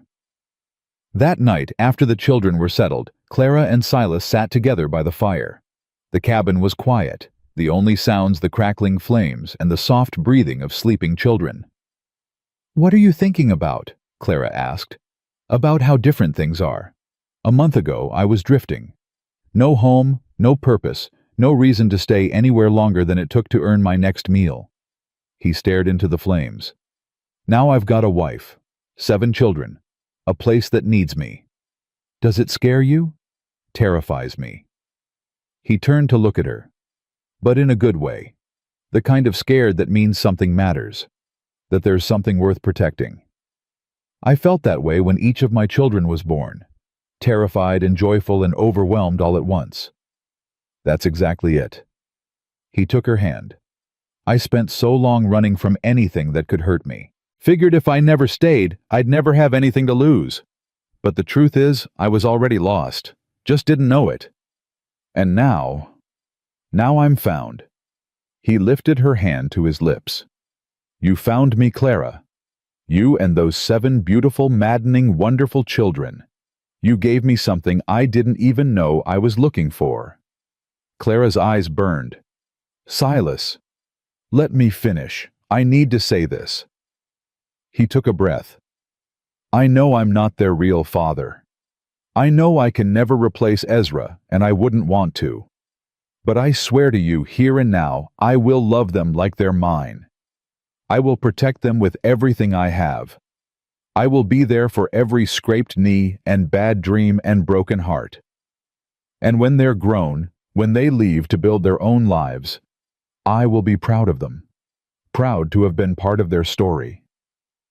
Clara couldn't speak, could barely breathe. And you. Silas cupped her face in his hands. I will love you until my last breath. I will work beside you, struggle beside you, celebrate beside you. I will be your partner in everything. And when times get hard, because they will, that's just how life is. I will not run.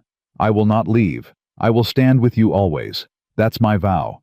Not just for today, but for every day that comes after. Clara kissed him, pouring everything she felt into it. The gratitude, the love, the fierce hope for the future they would build together. I love you, she whispered against his lips. I love you too, now and forever. They stayed by the fire until it burned to embers, wrapped in each other's arms, listening to the quiet sounds of their family sleeping. Tomorrow would bring new challenges. Harker's resentment hadn't disappeared with the wedding, and the hard work of surviving in this harsh land never stopped.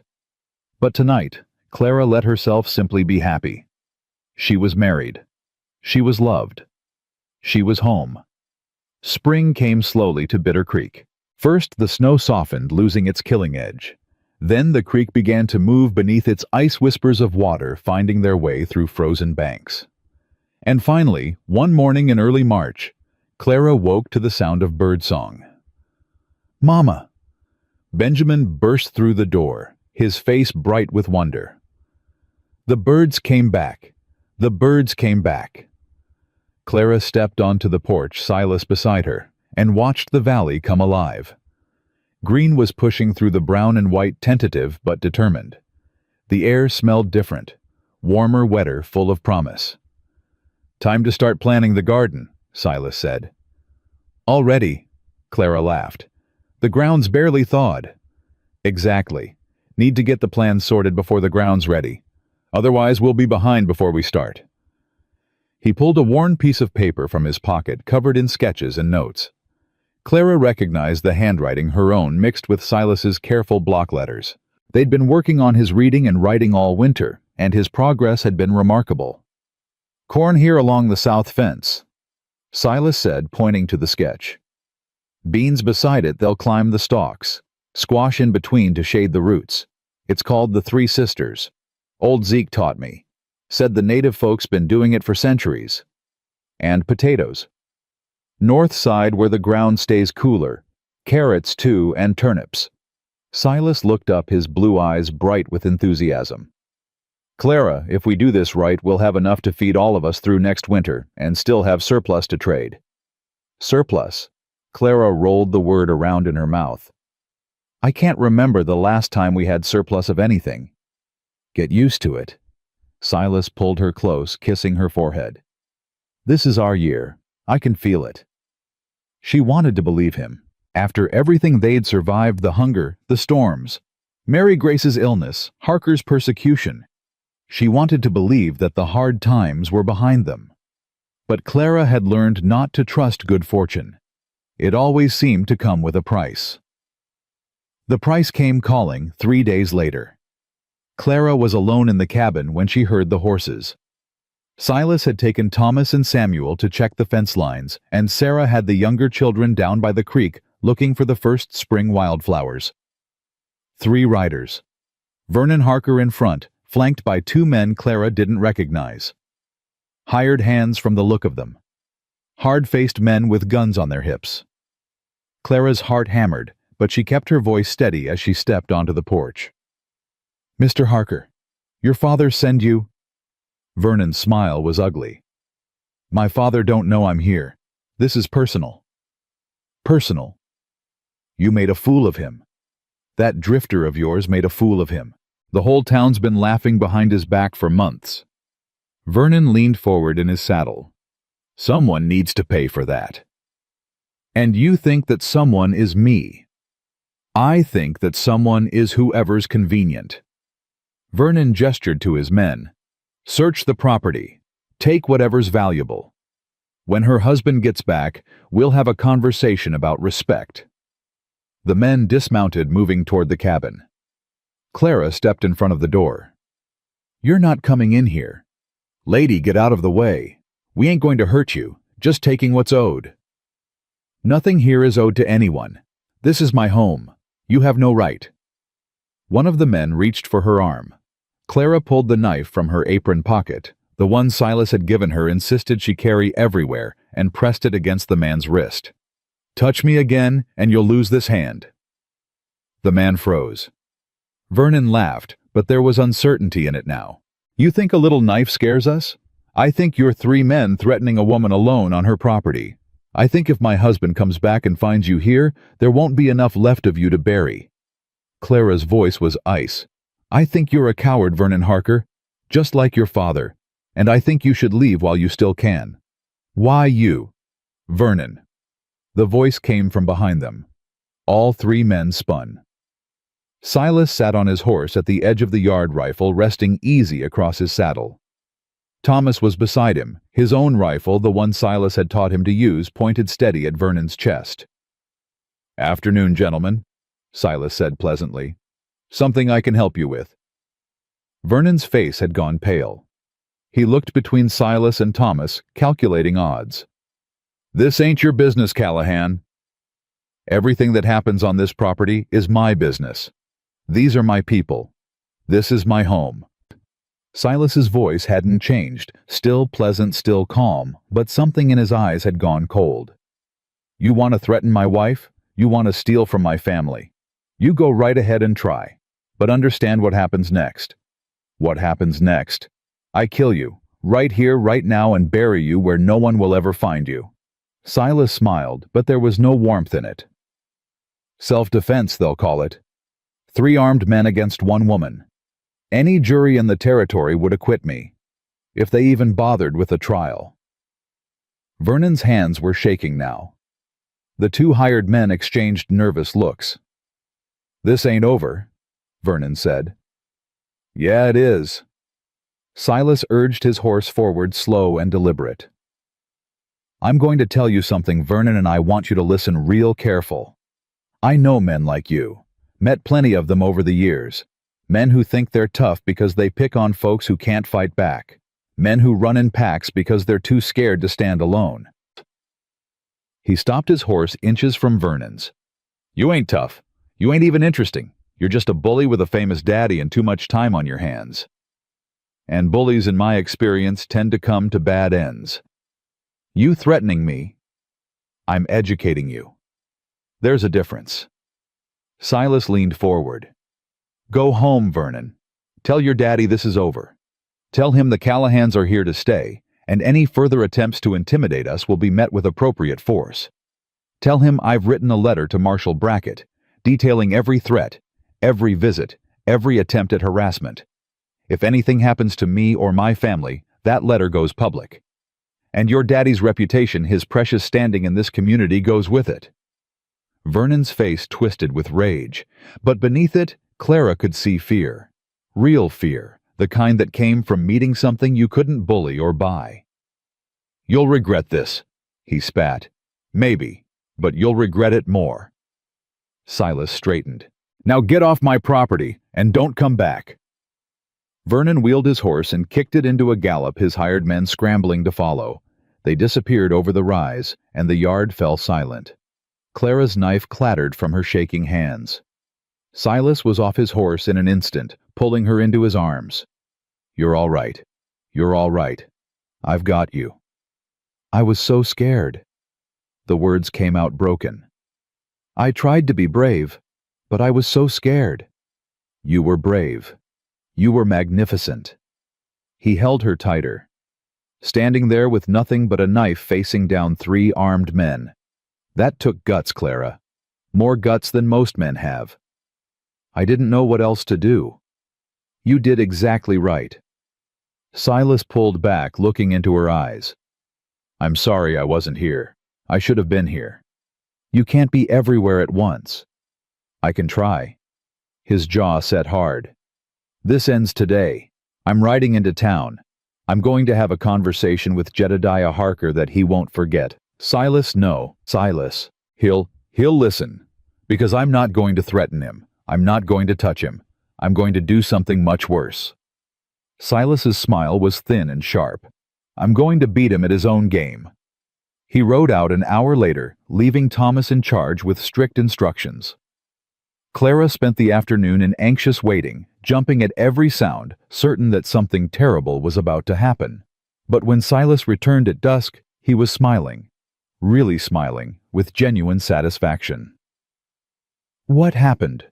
Clara demanded. "Had a talk with Harker. In his store in front of his customers. Very public, very calm." Silas dismounted and stretched. "Told him I knew about the unpaid debts he's been collecting. The ones where he charges triple interest and threatens people with sheriff involvement if they complain. Turns out Jensen's been keeping records for years, waiting for someone to put them to use. You blackmailed him." "I informed him that his business practices might interest the territorial authorities, and that if anything happened to us, anything at all, those records would find their way to Helena faster than he could say foreclosure." Silas pulled Clara close. "He's done, Clara. He won't bother us again. He can't afford to." "You're sure?" "I'm sure." The look on his face when he realized what I had on him. Silas shook his head. "That man's been bullying this town for years because nobody stood up to him. Well, somebody finally did. And it wasn't with fists or guns. It was with evidence and witnesses." Clara leaned against him, feeling the tension drain from her body. "It's really over. It's really over." And this time, she believed him. The spring that followed was the best of Clara's life. With Harker neutralized, the town's attitude shifted. People who'd whispered behind her back now nodded politely. The general store, now run by Harker's son Wesley, who was nothing like his father, extended credit without questions. Even Reverend Whitfield commented on the change during Sunday service. "Amazing what happens when fear lifts from a community," he observed. "People remember how to be decent." The garden flourished. Silas's 3 sisters' planting worked exactly as promised, the corn and beans and squash supporting each other in ways that seemed almost magical. Clara added herbs and flowers, creating a kitchen garden that provided both food and beauty. The children thrived too. Thomas shot up 3 inches in as many months, his voice cracking and deepening as he stumbled toward manhood. Sarah became Clara's right hand, managing the household with quiet efficiency. The younger ones grew strong and brown from days spent outside, their laughter filling the valley. And through it all, Silas was there, working beside them, teaching them, loving them. Clara often caught herself watching him, the way he ruffled Benjamin's hair, the patient attention he gave to Samuel's endless questions, the gentle way he drew Mary Grace out of her shell. He'd become father to them all, not by replacing Ezra, but by earning his own place in their hearts. "You're staring again," Silas said one evening, catching her eye across the supper table. "I'm admiring." "Same thing."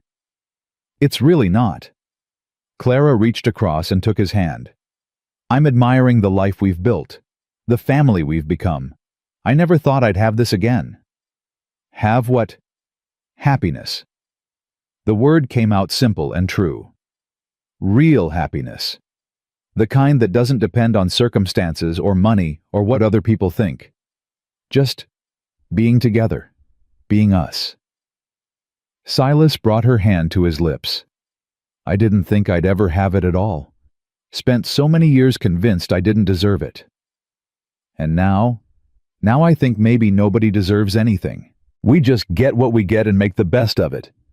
And somehow, against all odds, I got you. His eyes were soft. Best stroke of luck in my whole life seeing you outside that store. Lucky for both of us. Yeah, he smiled. Lucky for both of us. In late May, Clara realized she'd missed her monthly courses. Twice. She didn't say anything at first. Couldn't quite believe it. She was 34, had given birth 7 times already, and hadn't expected to conceive again. But as the weeks passed and the signs became undeniable, she had to accept the truth. She was pregnant. The question was how to tell Silas. She chose a quiet evening after the children were settled. They sat on the porch watching fireflies dance over the meadow, and Clara gathered her courage. I need to tell you something. Silas turned his expression immediately alert. What is it? Something wrong? No, nothing wrong. Clara took a deep breath. I'm going to have a baby. Silas went very still. For a long moment he didn't speak, didn't move, barely seemed to breathe. A baby, he said finally. Our baby. Our baby. His face transformed. Joy broke across it, like sunrise, brilliant and overwhelming. He pulled her into his arms, holding her so tight she could barely breathe. Clara. Clara. He said her name like a prayer. Are you sure? I'm sure. Probably 4 months along already, due in the fall. A baby. He pulled back, his eyes wet. I never thought I gave up hoping. He couldn't finish. I know. Clara touched his face. I know. Silas pressed his hand to her still flat belly, his touch reverent. Hello, little one. I'm your pa. I'm going to be your pa. You're already a pa to 7. This is different. He shook his head, struggling for words. Not more important, I love those children like my own blood, you know I do. But this one is ours, yours and mine, something we made together. Are you happy? Happy? He laughed, but there were tears on his cheeks. Clara, I'm so happy I don't have words for it. I'm scared and overwhelmed and happier than I've ever been in my life. They sat together on the porch, Silas's hand on her belly, watching the fireflies and talking about the future. Names they liked. Whether they wanted a boy or a girl. How the children would react. They'll be excited, Clara predicted. Hannah's been asking for a baby for months. Thomas might be complicated. Thomas is always complicated, but he'll come around. Clara leaned against Silas's shoulder. They all will, because they love you, and they'll love this baby too. Our baby. Our baby. They told the children the next morning. Clara had been right. The excitement was immediate and overwhelming. A baby! Hannah shrieked, bouncing around the cabin. A real baby! Can I hold it? Can I name it? Can it sleep in my bed? The baby will have its own bed, Clara said, laughing, and we'll all help name it. I want to call it Buttercup, Benjamin announced. That's a cow's name, Abigail objected. We should call it something strong, like thunder or avalanche. We're not naming the baby Avalanche, Thomas said, but he was smiling. How about something normal, like William or Elizabeth? Those are boring, Samuel protested. What about something interesting, like Prometheus? What's a Prometheus? Mary Grace asked quietly. It's a Greek myth, a man who brought fire to humanity. Samuel's eyes lit up with enthusiasm. We learned about it in Mama's lessons. He was a hero. I like heroes, Mary Grace said. "Maybe we could name the baby after a hero. Or a heroine," Sarah added. She'd been quiet through the chaos, but now she looked at Clara with something deep and knowing in her eyes. "What do you think, Mama?" Clara looked around at her family. 7 children she'd carried, and raised one man who'd become their father through choice and love and a new life growing inside her. "I think we'll know the right name when we see them," she said. "I think the name will find us." "That's what you said when you named me," Mary Grace remembered. "You said I looked like Grace when I was born, like something beautiful and unexpected." "You were. You still are." Clara pulled her daughter close, breathing in the scent of her hair. This child who'd nearly died in her arms, now healthy and growing and full of life. "Everything's going to be different now," Mary Grace said softly. "Different isn't always bad." "I know." Mary Grace looked at Silas, then back at Clara. "I like different. Different brought us Papa Silas.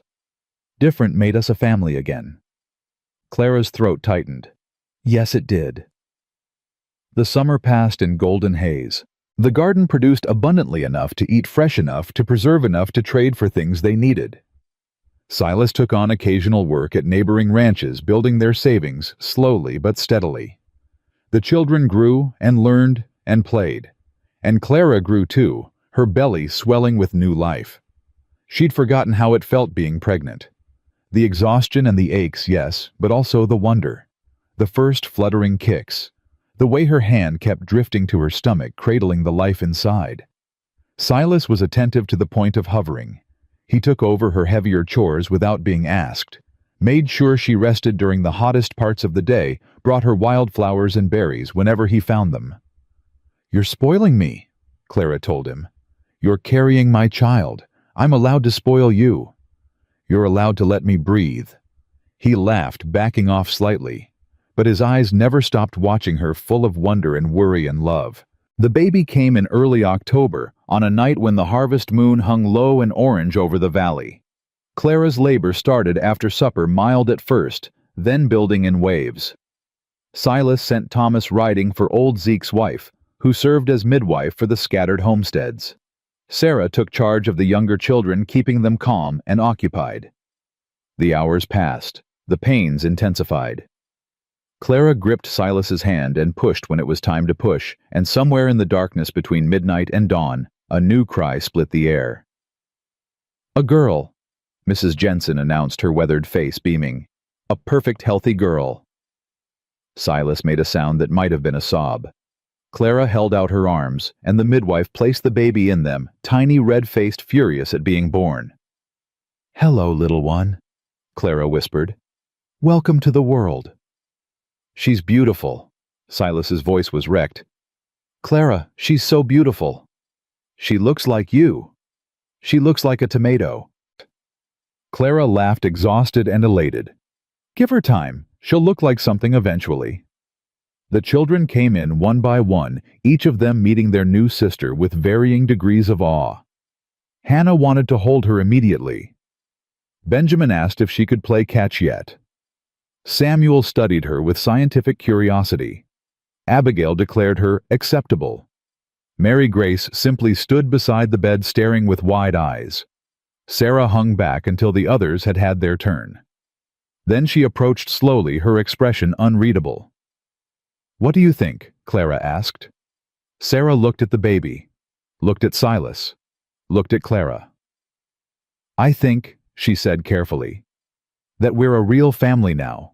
All of us together, no matter where we came from or how we got here. We were always a real family." "I know, but this makes it official." Sarah smiled, and for a moment she looked like the carefree girl she'd been before loss and hardship stole her childhood. "Can I hold her?" Clara transferred the baby to Sarah's arms. Her eldest daughter cradled her youngest sibling with practiced ease, looking down at the tiny face. "What's her name?" Clara looked at Silas. They'd discussed it, debated, it couldn't quite decide, but now looking at her family gathered around, she knew. "Hope," she said. "Her name is Hope." "Like the creek," Thomas said. "Like the feeling." Clara corrected. Because that's what she represents. What all of you represent. Hope for the future. Hope for better days. Hope that no matter how hard things get, there's always something worth fighting for. Silas knelt beside the bed, his hand finding Clara's. Hope Callahan. I like it. So do I, Sarah said softly. Hello, Hope. I'm your big sister. I'm going to teach you everything. The baby yawned, unimpressed by the weight of her name, and the room erupted in quiet laughter. Later, after the children had been shooed to bed, and Mrs. Jensen had departed with promises to return tomorrow, Clara and Silas sat together, their daughter asleep between them. Thank you, Silas said. For what? For everything. For trusting me that day in town, for letting me stay, for this. He gestured at the baby, the cabin, the life they'd built. For all of it. You're the one who stopped, Clara reminded him. You're the one who saw a starving woman and decided to help. You're the one who chose us. Best choice I ever made. Mine too. They sat in comfortable silence, watching their daughter sleep. Outside, the moon had set, and the sky was starting to lighten toward dawn. What are you thinking? Clara asked. I'm thinking about the day we met. How you looked standing outside that store. So desperate, but so proud. I knew right then that you were someone special. You couldn't have known that. I felt it. Silas touched her face, gentle as always. I felt like I was supposed to find you. Like everything I'd been through, all the drifting and running and being alone, was just preparation for that moment. For you. Clara's eyes burned. Silas.